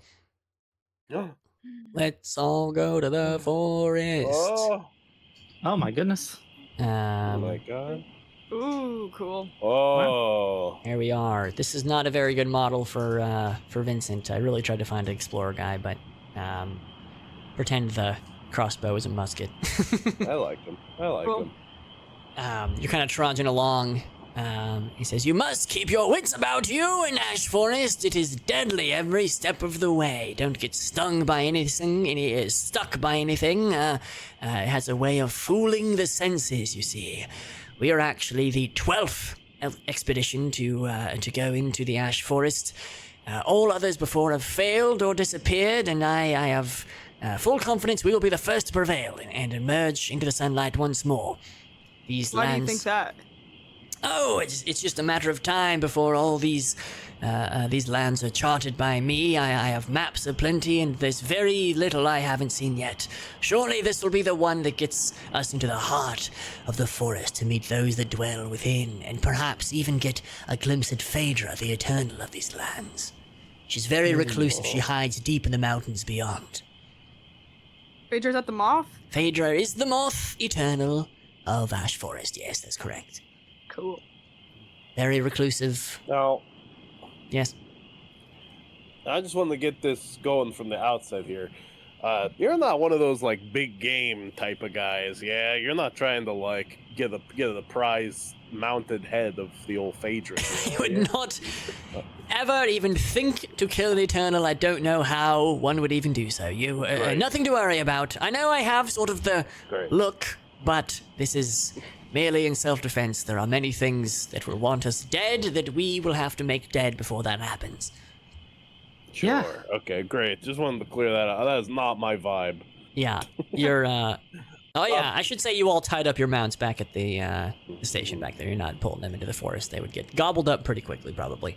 You're trudging along the path, and there's, just creepy, crawly sounds all around you. Skitterings and chirpings and growlings and groanings and moanings all around you. And does one of you maybe want to make a nature check, a naturecraft check, to see if you can sort of get your bearings on what kind of creepy crawlies are all around you? I only have a +1 on that. I don't know if anyone else has a...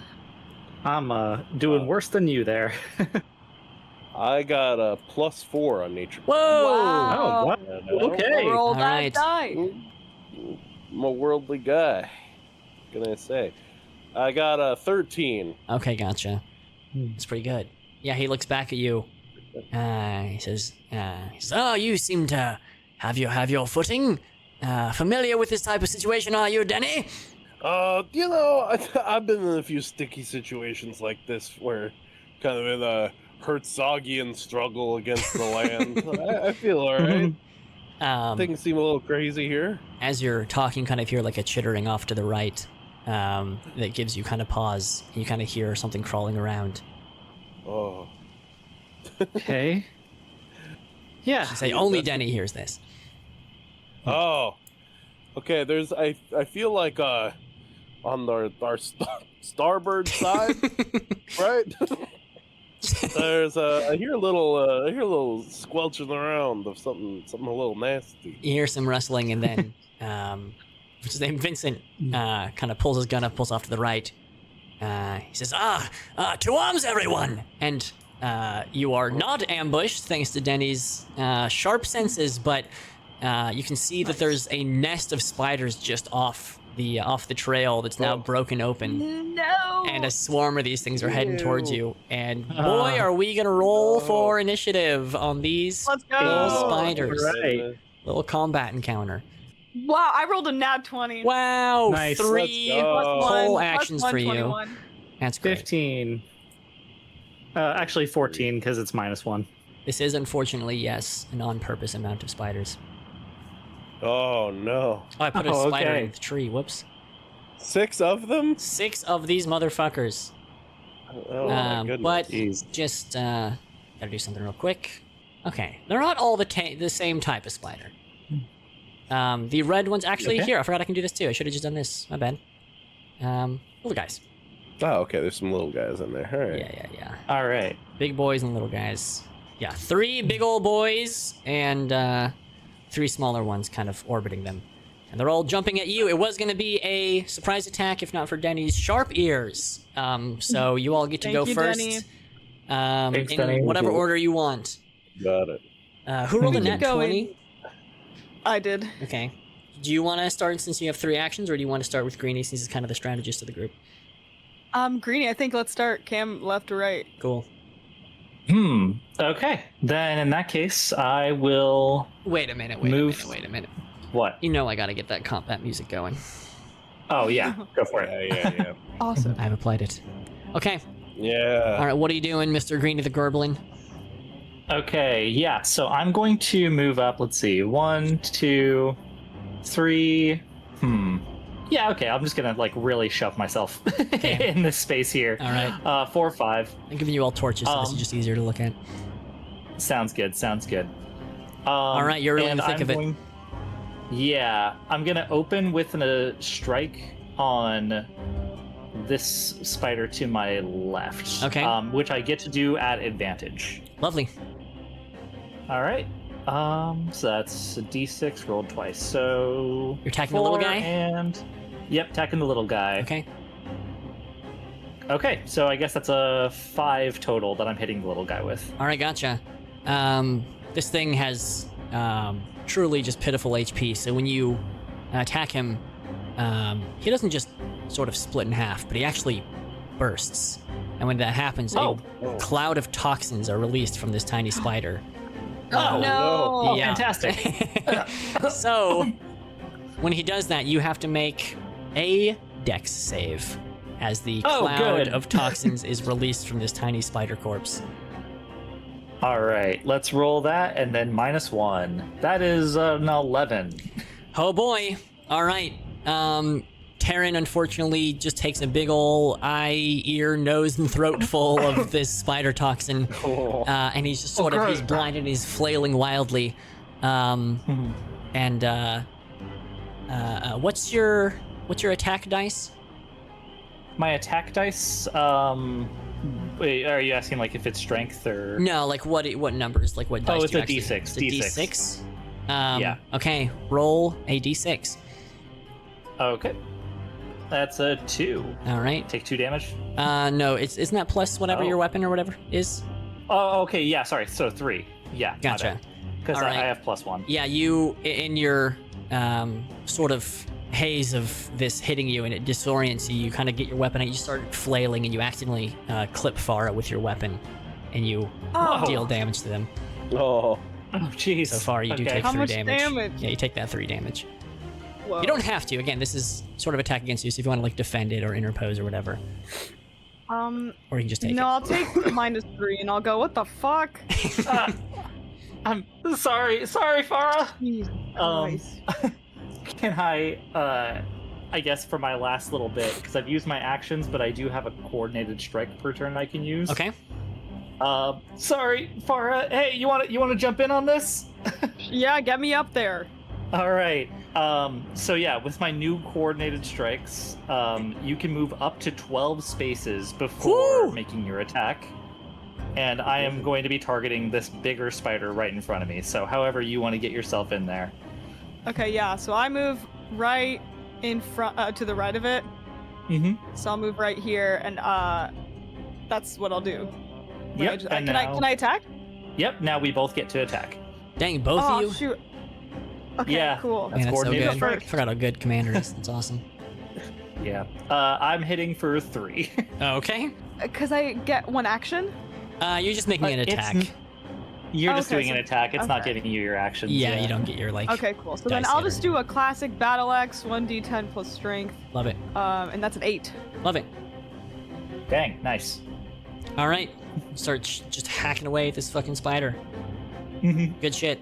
Okay, is that Terran's full turn? That's for me. Yep, I'm done. All right, it is now webcam order. It is Faraday's turn. You're up in the thick of it with all these fucking spiders. All right, I'm gonna enact rage, which means that I can. That's one action, so I'll do that. Okay. And that means I'm gonna roll a d4, and add it to my strength, to every strength attack I make. Love it. So I'm going to add a d4. Hell yeah. And that's a 4. Let's go. Damn. And then I am going to use my battle axe, swing it. That's a 1 plus a 2, so that's a 0. That's a 1 plus 2, 0. I rolled a 1, so that means that it's a natural failure. Yeah, unfortunately. Okay, yeah. But I'll try. I get my axe and I swing it and I fully miss. Okay, wait, was that your first attack attempt? Yes. Okay, so you're attacking again with a disadvantage. Yeah. Okay. Yeah, because it's my third. Because I have 3 actions, so it's my 3rd action. Did you attack twice? Already? I'm about to attack the second time. Okay, you're about to attack the second time. Okay, so this will be with disadvantage because you just whiffed the first one. Oh, okay. Yeah. Okay, so the first one I roll is a 5. Okay. And then I'll do it again. Okay. And it's a 4, so I'll do a 4. Okay. And that's plus your rage dice, yeah? Yes, actually 4. So 4 plus 4, Yeah. which is 8. Lovely. Awesome. All right. So that's your second attack. You do 8 damage to him. All right. Are you attacking again with disadvantage, or are you doing something else? I think that was the third action. Was that the third That action? was my 3rd action. Yeah. Because the first one was going into rage. Well, does rage cost an action for you? Yeah, it does. Oh, okay, gotcha. Oh, shoot. All right. Okay. Well, good turn. You did good damage to him. All right, that is Denny's turn in the back. All right. I only get 1 action, Okay. so I am gonna just snap my fingers and summon my life-binding spirit. Love Rick is gonna get in there. He's Nice. gonna hop like kind of like right in between Farah and Terran, and is just gonna give a nasty little bark at the spider. Okay, gotcha. Yeah, what's your range? Cool. Yeah. 6, right? It can move 6. Okay, gotcha. So yeah, that makes sense. Okay, cool. And it has reach 4, so. Lovely. And the attack is 1d6 plus will. Gotcha. So that is Nice. 5 plus 3. It's 8 damage. Wowza. Let's go. On that same spider or a Cool. different one? On the same spider everyone's getting at. All right, gotcha. Sheesh, you're fucking this thing up. Yeah. Okay, gotcha. These spiders are strong. Yeah. All right. Fucking Vincent steps forward. He kind of kneels down and takes aim, and he goes, "Which is my target? Which one am I aiming at?" I just go like this one. This is the one right here. This one. Okay. Right in front of us. On that same one. Yeah. Okay, gotcha. He's going to do just a simple 2d6 amount of damage to the spider. They roll that. Woo! Did 8 damage to it. Goddamn. A lot of 8s. A lot of 8s. All right, cool. Yeah, his mini ball finds purchase in the breast of this spider, and does not kill it. But now we are on the enemy's turn. So, these little mini guys are going to swarm, and the mini ones are going to attack Terran to begin with. Makes sense. And because you popped one of them, and they attack you simultaneously, and they each have 1d8. So I'm just gonna roll 2d8 to attack you. Whoo! Okay, they're going to try to do 10 damage to you. Okay, let me see really quick. I guess, I mean, I could, if I'm defending, am I defending against just one of these attacks, right? It's counted as one attack. These are minions, and that's just a mechanic of them. Okay, got it. I mean, I guess my defense doesn't really do a whole lot. Yeah, I'll eat the damage. 10 damage. Alrighty. Yeah, I just get hit. All right, brutal. And then we'll go. All right, this guy's gonna kind of go behind Farah a little bit. And how much damage do these bad boys do? Great question. Not great. You do 2d8 plus 6. Okay. So he's trying to do 16 damage to you. Oh my god. Yep. Let's see. Hold on. What I gotta hold on. My strength plus dex. My strength.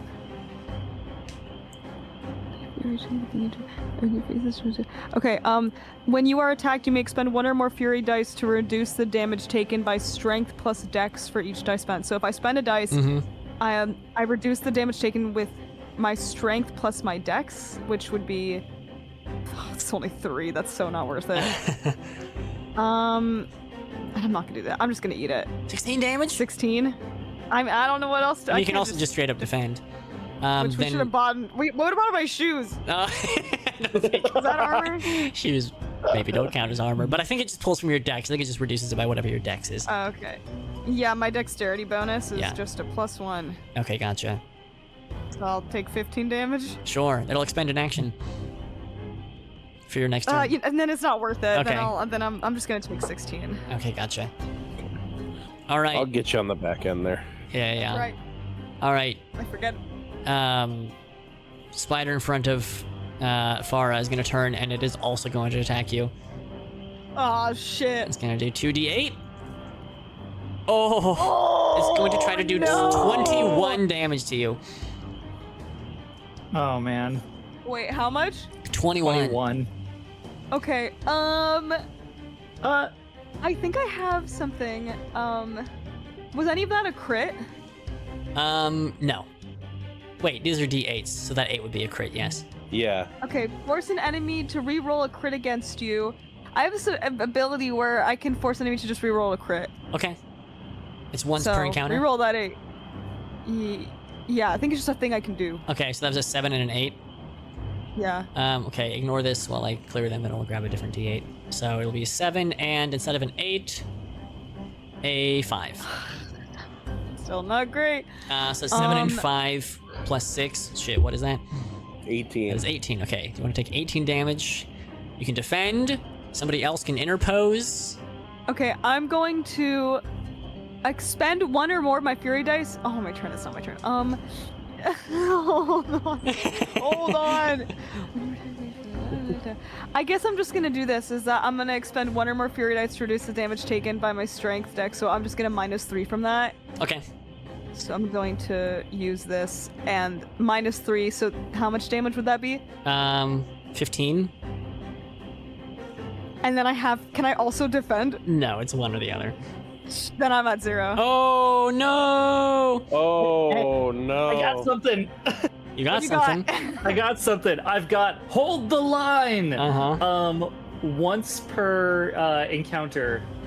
Let me read the whole thing. Sorry. Once per encounter, reaction. When an ally drops to 0, command them to continue the fight. Set their HP to 3 times your level. So, get back up, Farah. Ooh.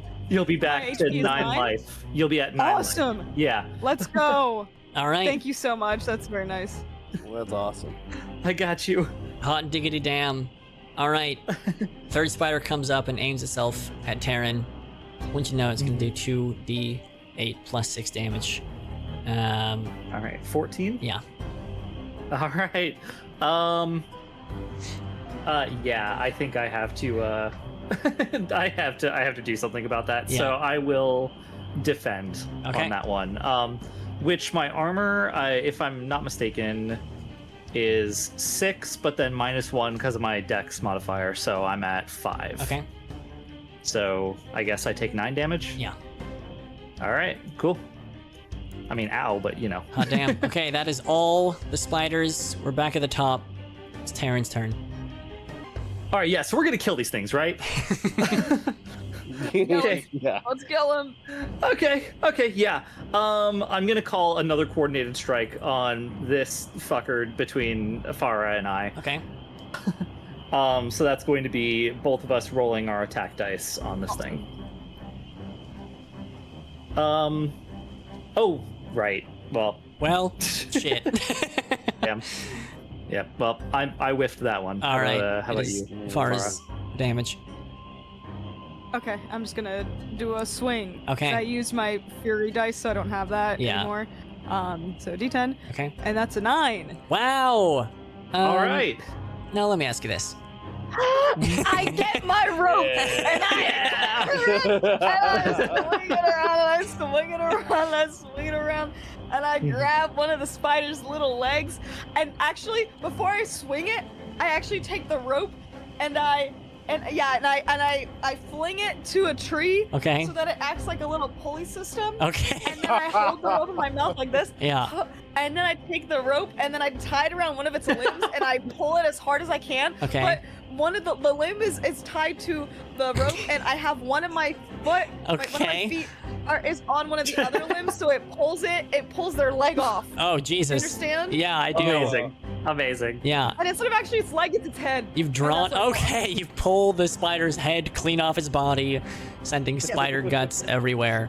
Now, Is that clear? that was so clear. That was vivid. Crystal clear. I can draw it if you want. Now knock it down.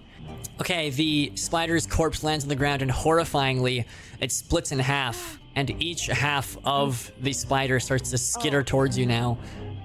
No! It turns into two little red ones. It does, in fact, turn into two little red ones. Shit! Oh.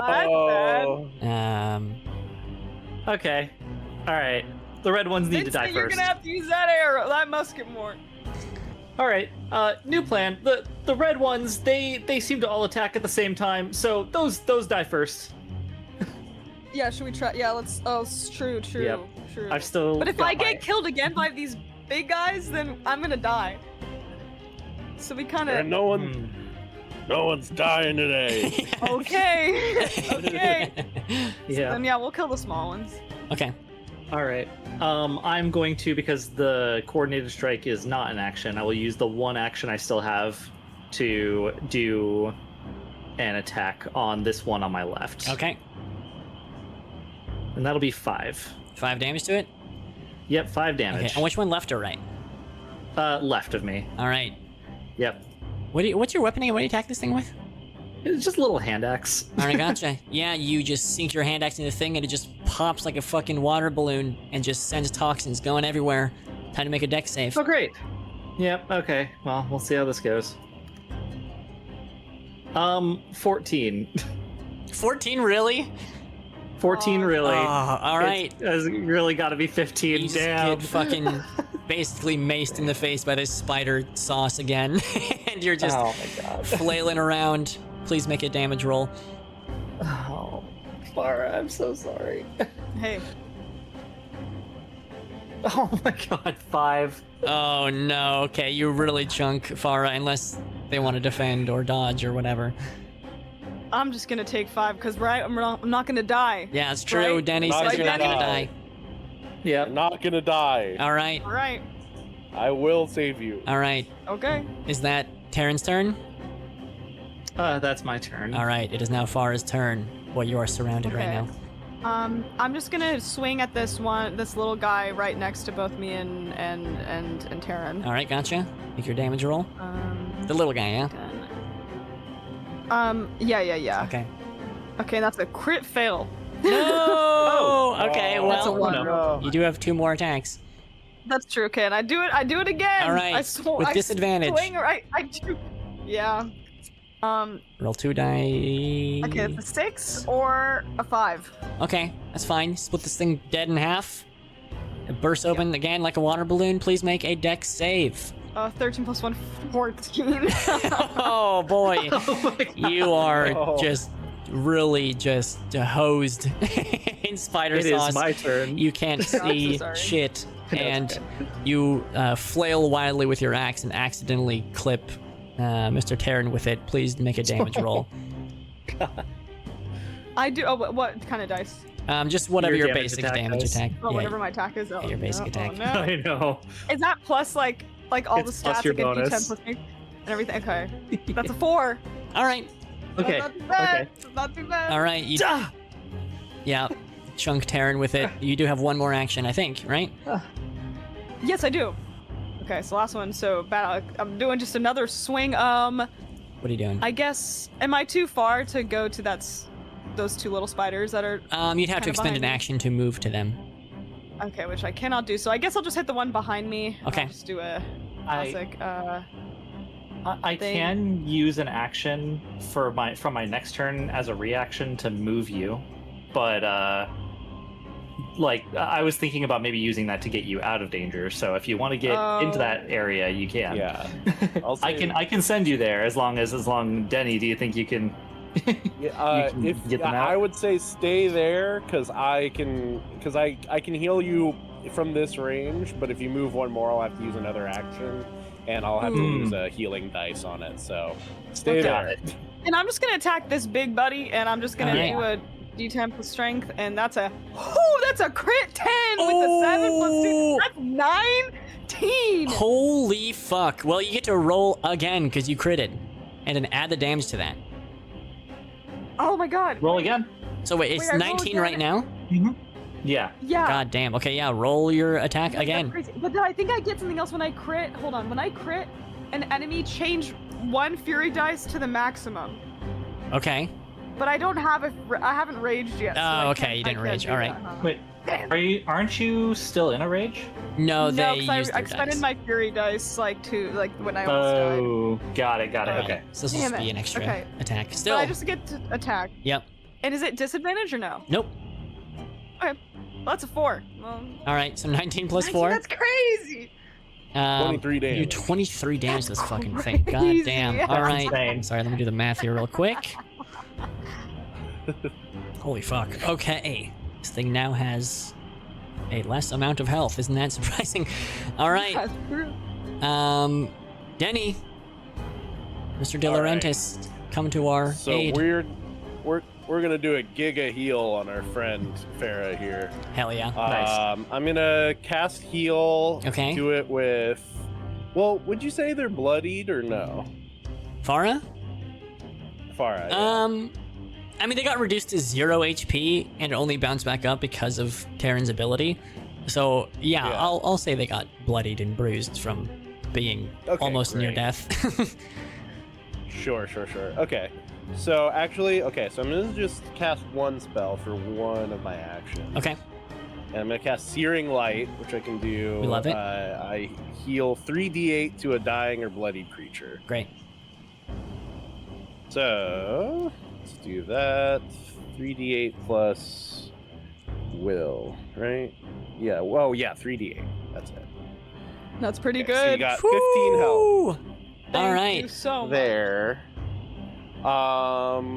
Then, okay, where does that leave you? I'm at Where are 19 you out at? of 34 HP. 19 out of 34? Okay, let's do another heal then. I'm gonna upcast heal Woo, okay.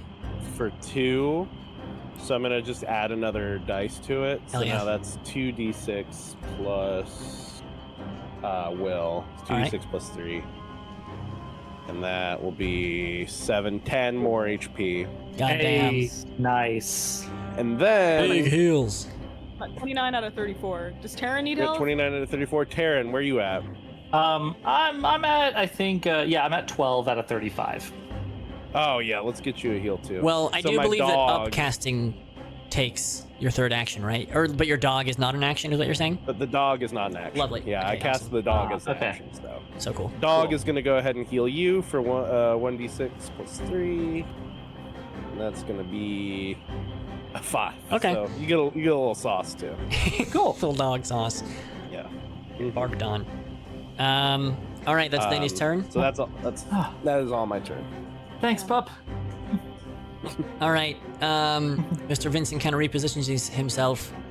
Come on, Vincent. And he says, which one? Which one am I aiming at? Steady. Steady now. One of the little ones. The little one that's furthest from Farah and I. All right. He takes aim at it. And what did I say he did? He did 2d6 or 2d8? He did 2d8. He just fucking obliterates this thing. And nobody's adjacent to it, so I'm just going to say that dust, the cloud of fucking toxic dust and slime and stuff just kind of goes nowhere. Cool. Okay. Enemy turn, unfortunately. All right. It's going to be... Oh yeah, that minion's fucking dead as shit. This minion's gonna go up to Farah, and do a 1d8 amount of damage to you. 2. That's nothing. That's ain't nothing. Fuck you. All right, little teeny tiny spider bite. Nice. It's the only little minion, right? It's just that one? Yeah. All right. Yeah, the others have been squashed. All right, big boy is gonna attack you. It's gonna be 13 plus 6. Yeah. Jeez. That's 19 damage to you. He's gonna try to do. Spiders are mean. I'll take it. You'll take it? 19? Yeah. Yeah. All right, you're taking it.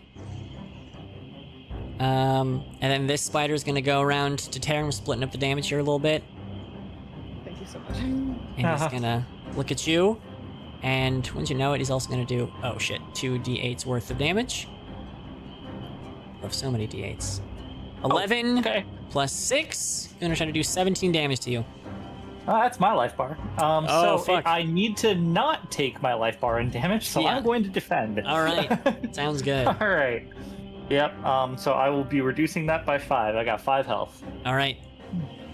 That is the entirety of the enemy's turn. We're back at the top. It's Terran's turn. You got 2 actions. Nice. All right, 2 actions. Man, do I really want to risk hurting Farah again by squashing this last one? Right, just do it. Just do it. Yeah, okay. I will move up to this guy. Okay.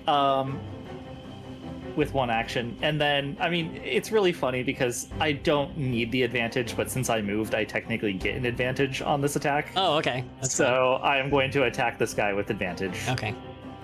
And that is going to be, looks like 4 damage. All right. You know the drill. This guy pops. Yeah, squish. Squish. Make a deck save. All right, roll deck save, and hey! Oh, yes! let's I don't have to go. hit Farah. How do you dodge so this cloud of toxin? Let's go. I just kind of like stumble backwards really hard. It's like, ah! Okay. Yeah, just like Cool. Oh, I have picked up a die. This roll does not count. I'm just throwing it away. All right. I'm just gonna roll dice clear. Okay, lovely. Pretty good little turn, even though it was only 2 actions. All right. I believe that makes it Farah's turn. Okay, I'm going to go into rage. Love it. That's what we love to and see. that's a 3. Okay. And so I'm now going to do a D10. I'm just gonna hit with my battle axe. Okay. And that's gonna be an 8 Okay. plus strength, which is 10, plus my fury dice 13. Okay. Oh my god. The spider is not doing well. It is still alive, but you maybe hack off a couple of legs and it's kind of like skeetering around, looking a little unstable, bleeding all over the place. And I get my beady little eyes and I do my last little action and I do another D10 and I do a disadvantage. Hold on. Okay, 7 plus 3, which is 10. Holy fuck. Well, let me ask you this. I get my rope and I grab one of those little mushrooms over there. And I pick the one that looks the most poisonous. Okay. And I get my rope Most of them. I tie it with my rope and I have the rope tied to the mushroom and I throw it up in the sky and then I throw it down to the ground in front of the spider and I take the mushroom and I take the spider and I shove the mushroom, the poisonous mushroom, into the mouth of the spider and I make it eat a poisonous thing. And then I take part of my rope and then I tie him to the tree and I watch to see the poisonous mushroom take hold of their Jesus soul. Christ. Oh my god. All right. Hell yeah. It is poisoned by a different type of poison, if you can believe it. And when it does this, what is that? What's the big butt of a spider called? Like the, not the thorax. Is the thorax? Abdomen? Shit. Abdomen. Yeah. Yeah, that bursts open, and you know what's about to happen. Yeah. Mm-hmm. 2 little guys staring at you. That one's hiding in a bush. Yeah. All right. I believe that's Farah's entire turn. That's right. All right, Denny. All right. Okay. So Terran, you're worse for wear, yeah? Yeah, I'm not doing so well, but am I out of your range? I can move, and then Well- I gotta heal you. Well, So I mean, let's do I can use that. one of my actions from my next turn to move you. That way you've got your full range. Yeah, if you want more heal, then yeah, we can do that. Absolutely. All right, let's do that. Okay. So yeah, you can move up to your full movement. Okay, so that's 6. So 1, 2, 3. I'm gonna actually. I'll stay here. Just kind of stay a little bit out of the fray. Yeah, totally. And then, yeah, you're within range now. So I will then use upcast 2 on heal to heal our friend here. So that'll be 3 mana and 3d6 plus will. All right, you got 16 HP back. Oh my god. Okay, cool. 2 of those dice crit, yeah? Oh, yeah. Oh, no way. True. So rolled 2 more Healing d6. too? Healing does crit, yeah. Oh, That's awesome. Crits. Yeah. amazing. All right. 2 yeah. crits, that's We'll crazy. get another Healing one in crits. there. Yeah, so keep that number in mind, then add this onto it. Yep. Okay, So we're already 5. at 16. So 21. All right. Hot damn. 21, Oh my and God. then another crit, right? 2 of them crit? Yes. Oh All my right. god. Wow. 21 and 25. Nice. Oh Damn. my god. Huge heal. We love All right, exploding you get crits. Juice. I am like 5 health from my max again. I'm doing very Let's well. go. Fuck yeah. Oh, Denny, thank you you. Who said I don't look out for my boys? You are the best. I look out for my boys. Danny, do you have any health left over for me? I'm at 8. You're at 8? I didn't know you were at 8. Shit. I'm at 8. Okay, you hang in there. You're not dying today. If you get to a dying state, don't panic. I got you. Yeah. To not table talk. Don't panic. Okay. Monster turn. Wait, Vincent. Oh, wait, no, he yeah, goes at the Vincent. end of players. Oh, yeah, no, you're right. Yeah, Um, players. All right. As it goes. Because you know the drill, my comrades. Do the one that's right in front of me. That guy? Yeah. All right. I mean, I guess there's a possibility. Well, he's rolling 2 dice. There's a possibility they could both be a 1, so I guess I should roll for posterity. No, it's dead as fuck. Oh! Jesus Christ. If only he was attacking a monster with actual HP instead of the fucking minion. Yeah, damn. All right. Well, I mean, you gotta Hey, figure not out the crit. exploding crit. For this? Yeah, how catastrophically did you just fuck up this one spider? That amount weighs. Damn. Awesome. Okay, that's just curiosity sated. This thing has 1 HP. All right. It's dead. It explodes. Farah is unfortunately right next to it, so you are going to have to make a dex save, Farah. Okay. That's a 10. Not plus or minus anything? Oh, it's a 9 plus 1. So All right, so Hmm. roll your damage. You're hitting Terran, unfortunately. Okay, yes. In a that acid trip haze. That's a crit 10. Oh! We are exploding this crit. no. Let's go. That- No, it's 13 No. total though. It's 13 Oh. total. Okay. Oh man. Okay. All right, I'm taking 13. Hey, thank you again, Denny. All right, I understand. Oh, All right. I look out for Now my boys. it is the enemy's turn. This thing is gonna leap. We're gonna attack Denny for once. Oh, No, okay. Danny, no. Gonna leap at you. Gonna do 1d8 of damage. Oh, 8. Damn. Oh my god. That's a crit. Yeah. Yeah. Okay. Oh man. Oh man. All right. This minion's trying to do Oh, boy. 13 damage to you. What do you want to do? 13. Yeah. I can take 13. Okay. Yeah. Yeah. I We're got totally a little gonna less destroy squishy this. this round. Now I have to We're totally choose gonna who this destroy it. spider is going to attack. Yeah. They're all bad options. Oh. Wait a minute. I'm gonna roll a dice to decide. Yeah. Nice. I was gonna say, yeah. Yeah, let fate decide. 1 to 2 me, 3 to 4 Farah, 5 to 6. What about Denny. Vincent? Yeah. I guess it could Oh be yeah, I Vincent guess too. Vincent too. So it has to be 1 out of 4, so it has to be a d4. Oh yeah, I guess so. Oh, stop. Sorry. Run over and get Vincent. All right. So All right. so 1 Terran, 2 Farah, 3 Denny, and then 4 will be Four. Vincent. Yeah. Four. Four. Damn, Oh, no! Okay. Oh, no. Oh, no. It's okay. It's okay. It's okay. All right, just 3. All right. Just 3. Yeah. I'll take 3. All right. Okay, that's great. We're webcam order. Taryn. All right. You got this, Taryn. This is it. Yeah. All right. Well, part of me feels like it might be dangerous to blow up the one spider that, if we're all surrounding it, the one little guy. Mm-hmm. Well, But Vincent can also be the one that kills that one in the end. Like, Oh yeah, good point. So let's but just this ruin big this spider's guy's gonna turn day. into 2 anyway. Also. Yeah. So I've only got 2 actions. I'm gonna use one of them to get up right behind this guy, so we're kind of flanking it. Okay. And then I am going to roll my attack with advantage. Ooh. Okay. All right, so that is a 5 and a 2. So 5, Okay. so 6 damage. 6 damage. Love it. And that's my turn. All right. Farah's turn. Okay. I am going to. I might rage again. Okay. So I can add another D4. Fuck yeah. So I can have 2 dice, and that's a 3. That's great. God okay. damn. Okay. So and then I'm going to the big spider. Oh, am I near it? Am I close enough? Not for a melee hit. No. Damn. Okay. Then I can guess use I'll- a relocate. if you want. Yep, I'll do it. Get in there. Thank you so much. Okay. Yep. And then I'm going to swing. This. That's an 8 plus 2, which is 10 plus 6, 16. Okay. Goddamn.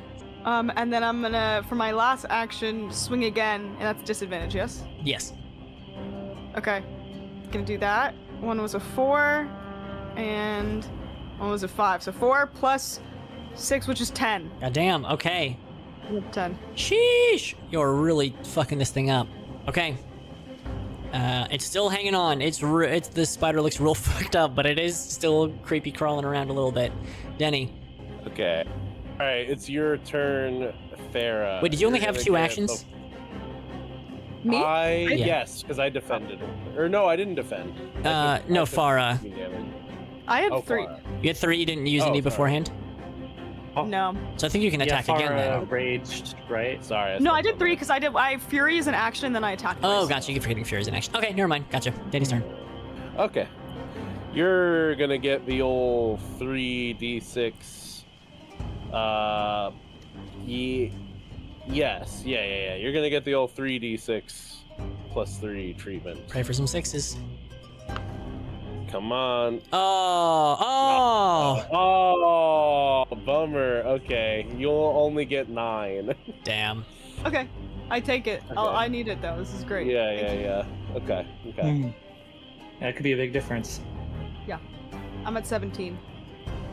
Okay. That's good. Then yeah, that was my full turn. All right. Vincent, where are you pointing him? Vincent, see, hopefully maybe you can destroy this big spider so it doesn't do bongos damage to us. All right. He says, "At your command." I said 1d8 for him, or 2d8. 2d8. 2d8s. You're right. Oh, okay. Okay. All right. This thing, no joke, Yes! has 1 HP left. Just to tell you, he did just enough damage for the bullet to rip through it, and it is on death's door. But it can attack one more time before it is dead. Shit. All right, mini guy. It's gonna leap at Denny. Do 1d8. 4.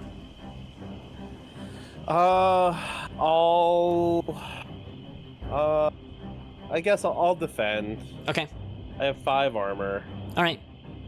All right. Just don't take any damage. That'll just don't take any damage. All right. I'm gonna roll a d4 to see who gets attacked again from this guy. Oh, Denny. Oh man. This Okay. sucks. Come on. This isn't good. Shit. Okay. Okay. 7 plus. Oh yeah, +6. Oh. Okay. 13. Yeah. I have to defend. Okay. So 5, right? That's my armor. Yeah. So okay, I make it past at 2 HP. Woo boy. All right. That's all you need. That's all you need. Mr. Taryn. Okay, it's me again. Yeah. Cool. I'm gonna kill this thing. I'm gonna hope there isn't another spider here. So, oh yeah, that's right. It's got 1 health, so screw it. 1 HP. Yeah, I'm just gonna smack this thing. All right. Unless you get a critical fail, this thing is very dead. It's dead. Yeah, it is dead. Taryn? Okay, great.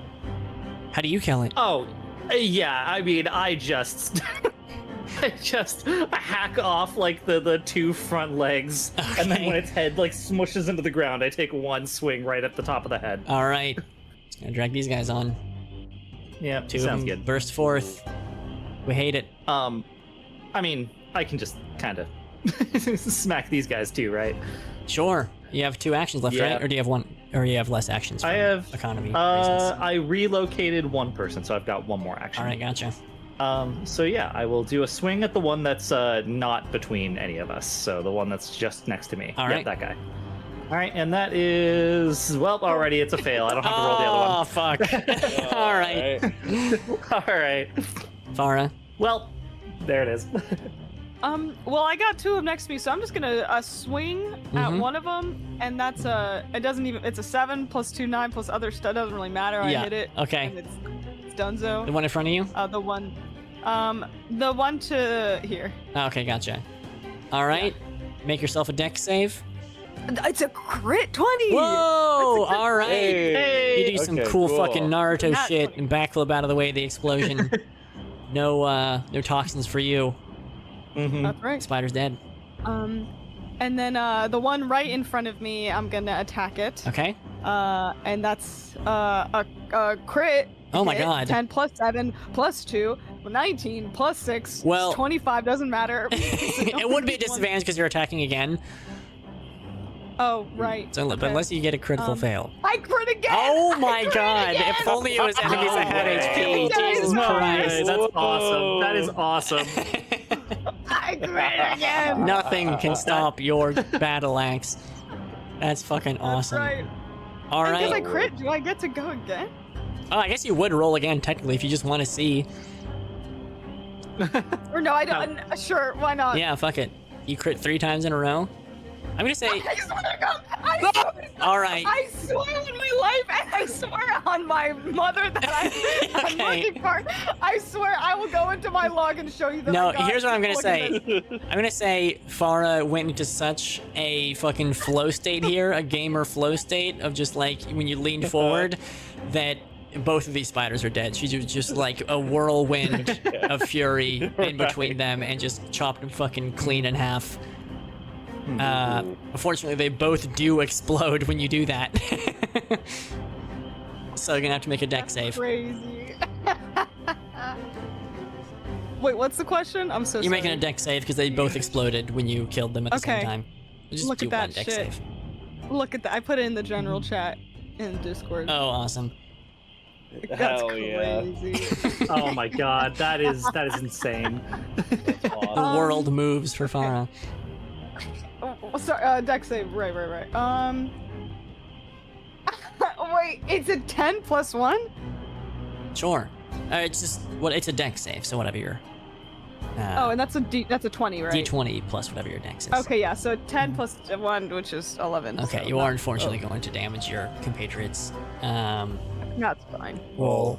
I'll roll a d6. 1 through 3 is Taryn. 4 through 6 is Danny. You're attacking All right. Taryn. So roll Okay. your damage for what you do to him, even though this is the end of the fight. Yeah, Okay, I got the health. Which is a 7 plus a 2, which is a 9. Whew! All right. I mean, you might as well defend or do something because it's the end of the fight, right? Yeah. I guess I'll do a whole defend. All right, gotcha. So that'll be -5. So wait, what was the total again? 9? It was 9. Okay, then yeah, I'll take 4. All right, gotcha. You win. Spider encounter has been cleared. Man. Dang. He says, "Sporting combat, you three. Incredible finesse and all that. Way to really do the damned thing."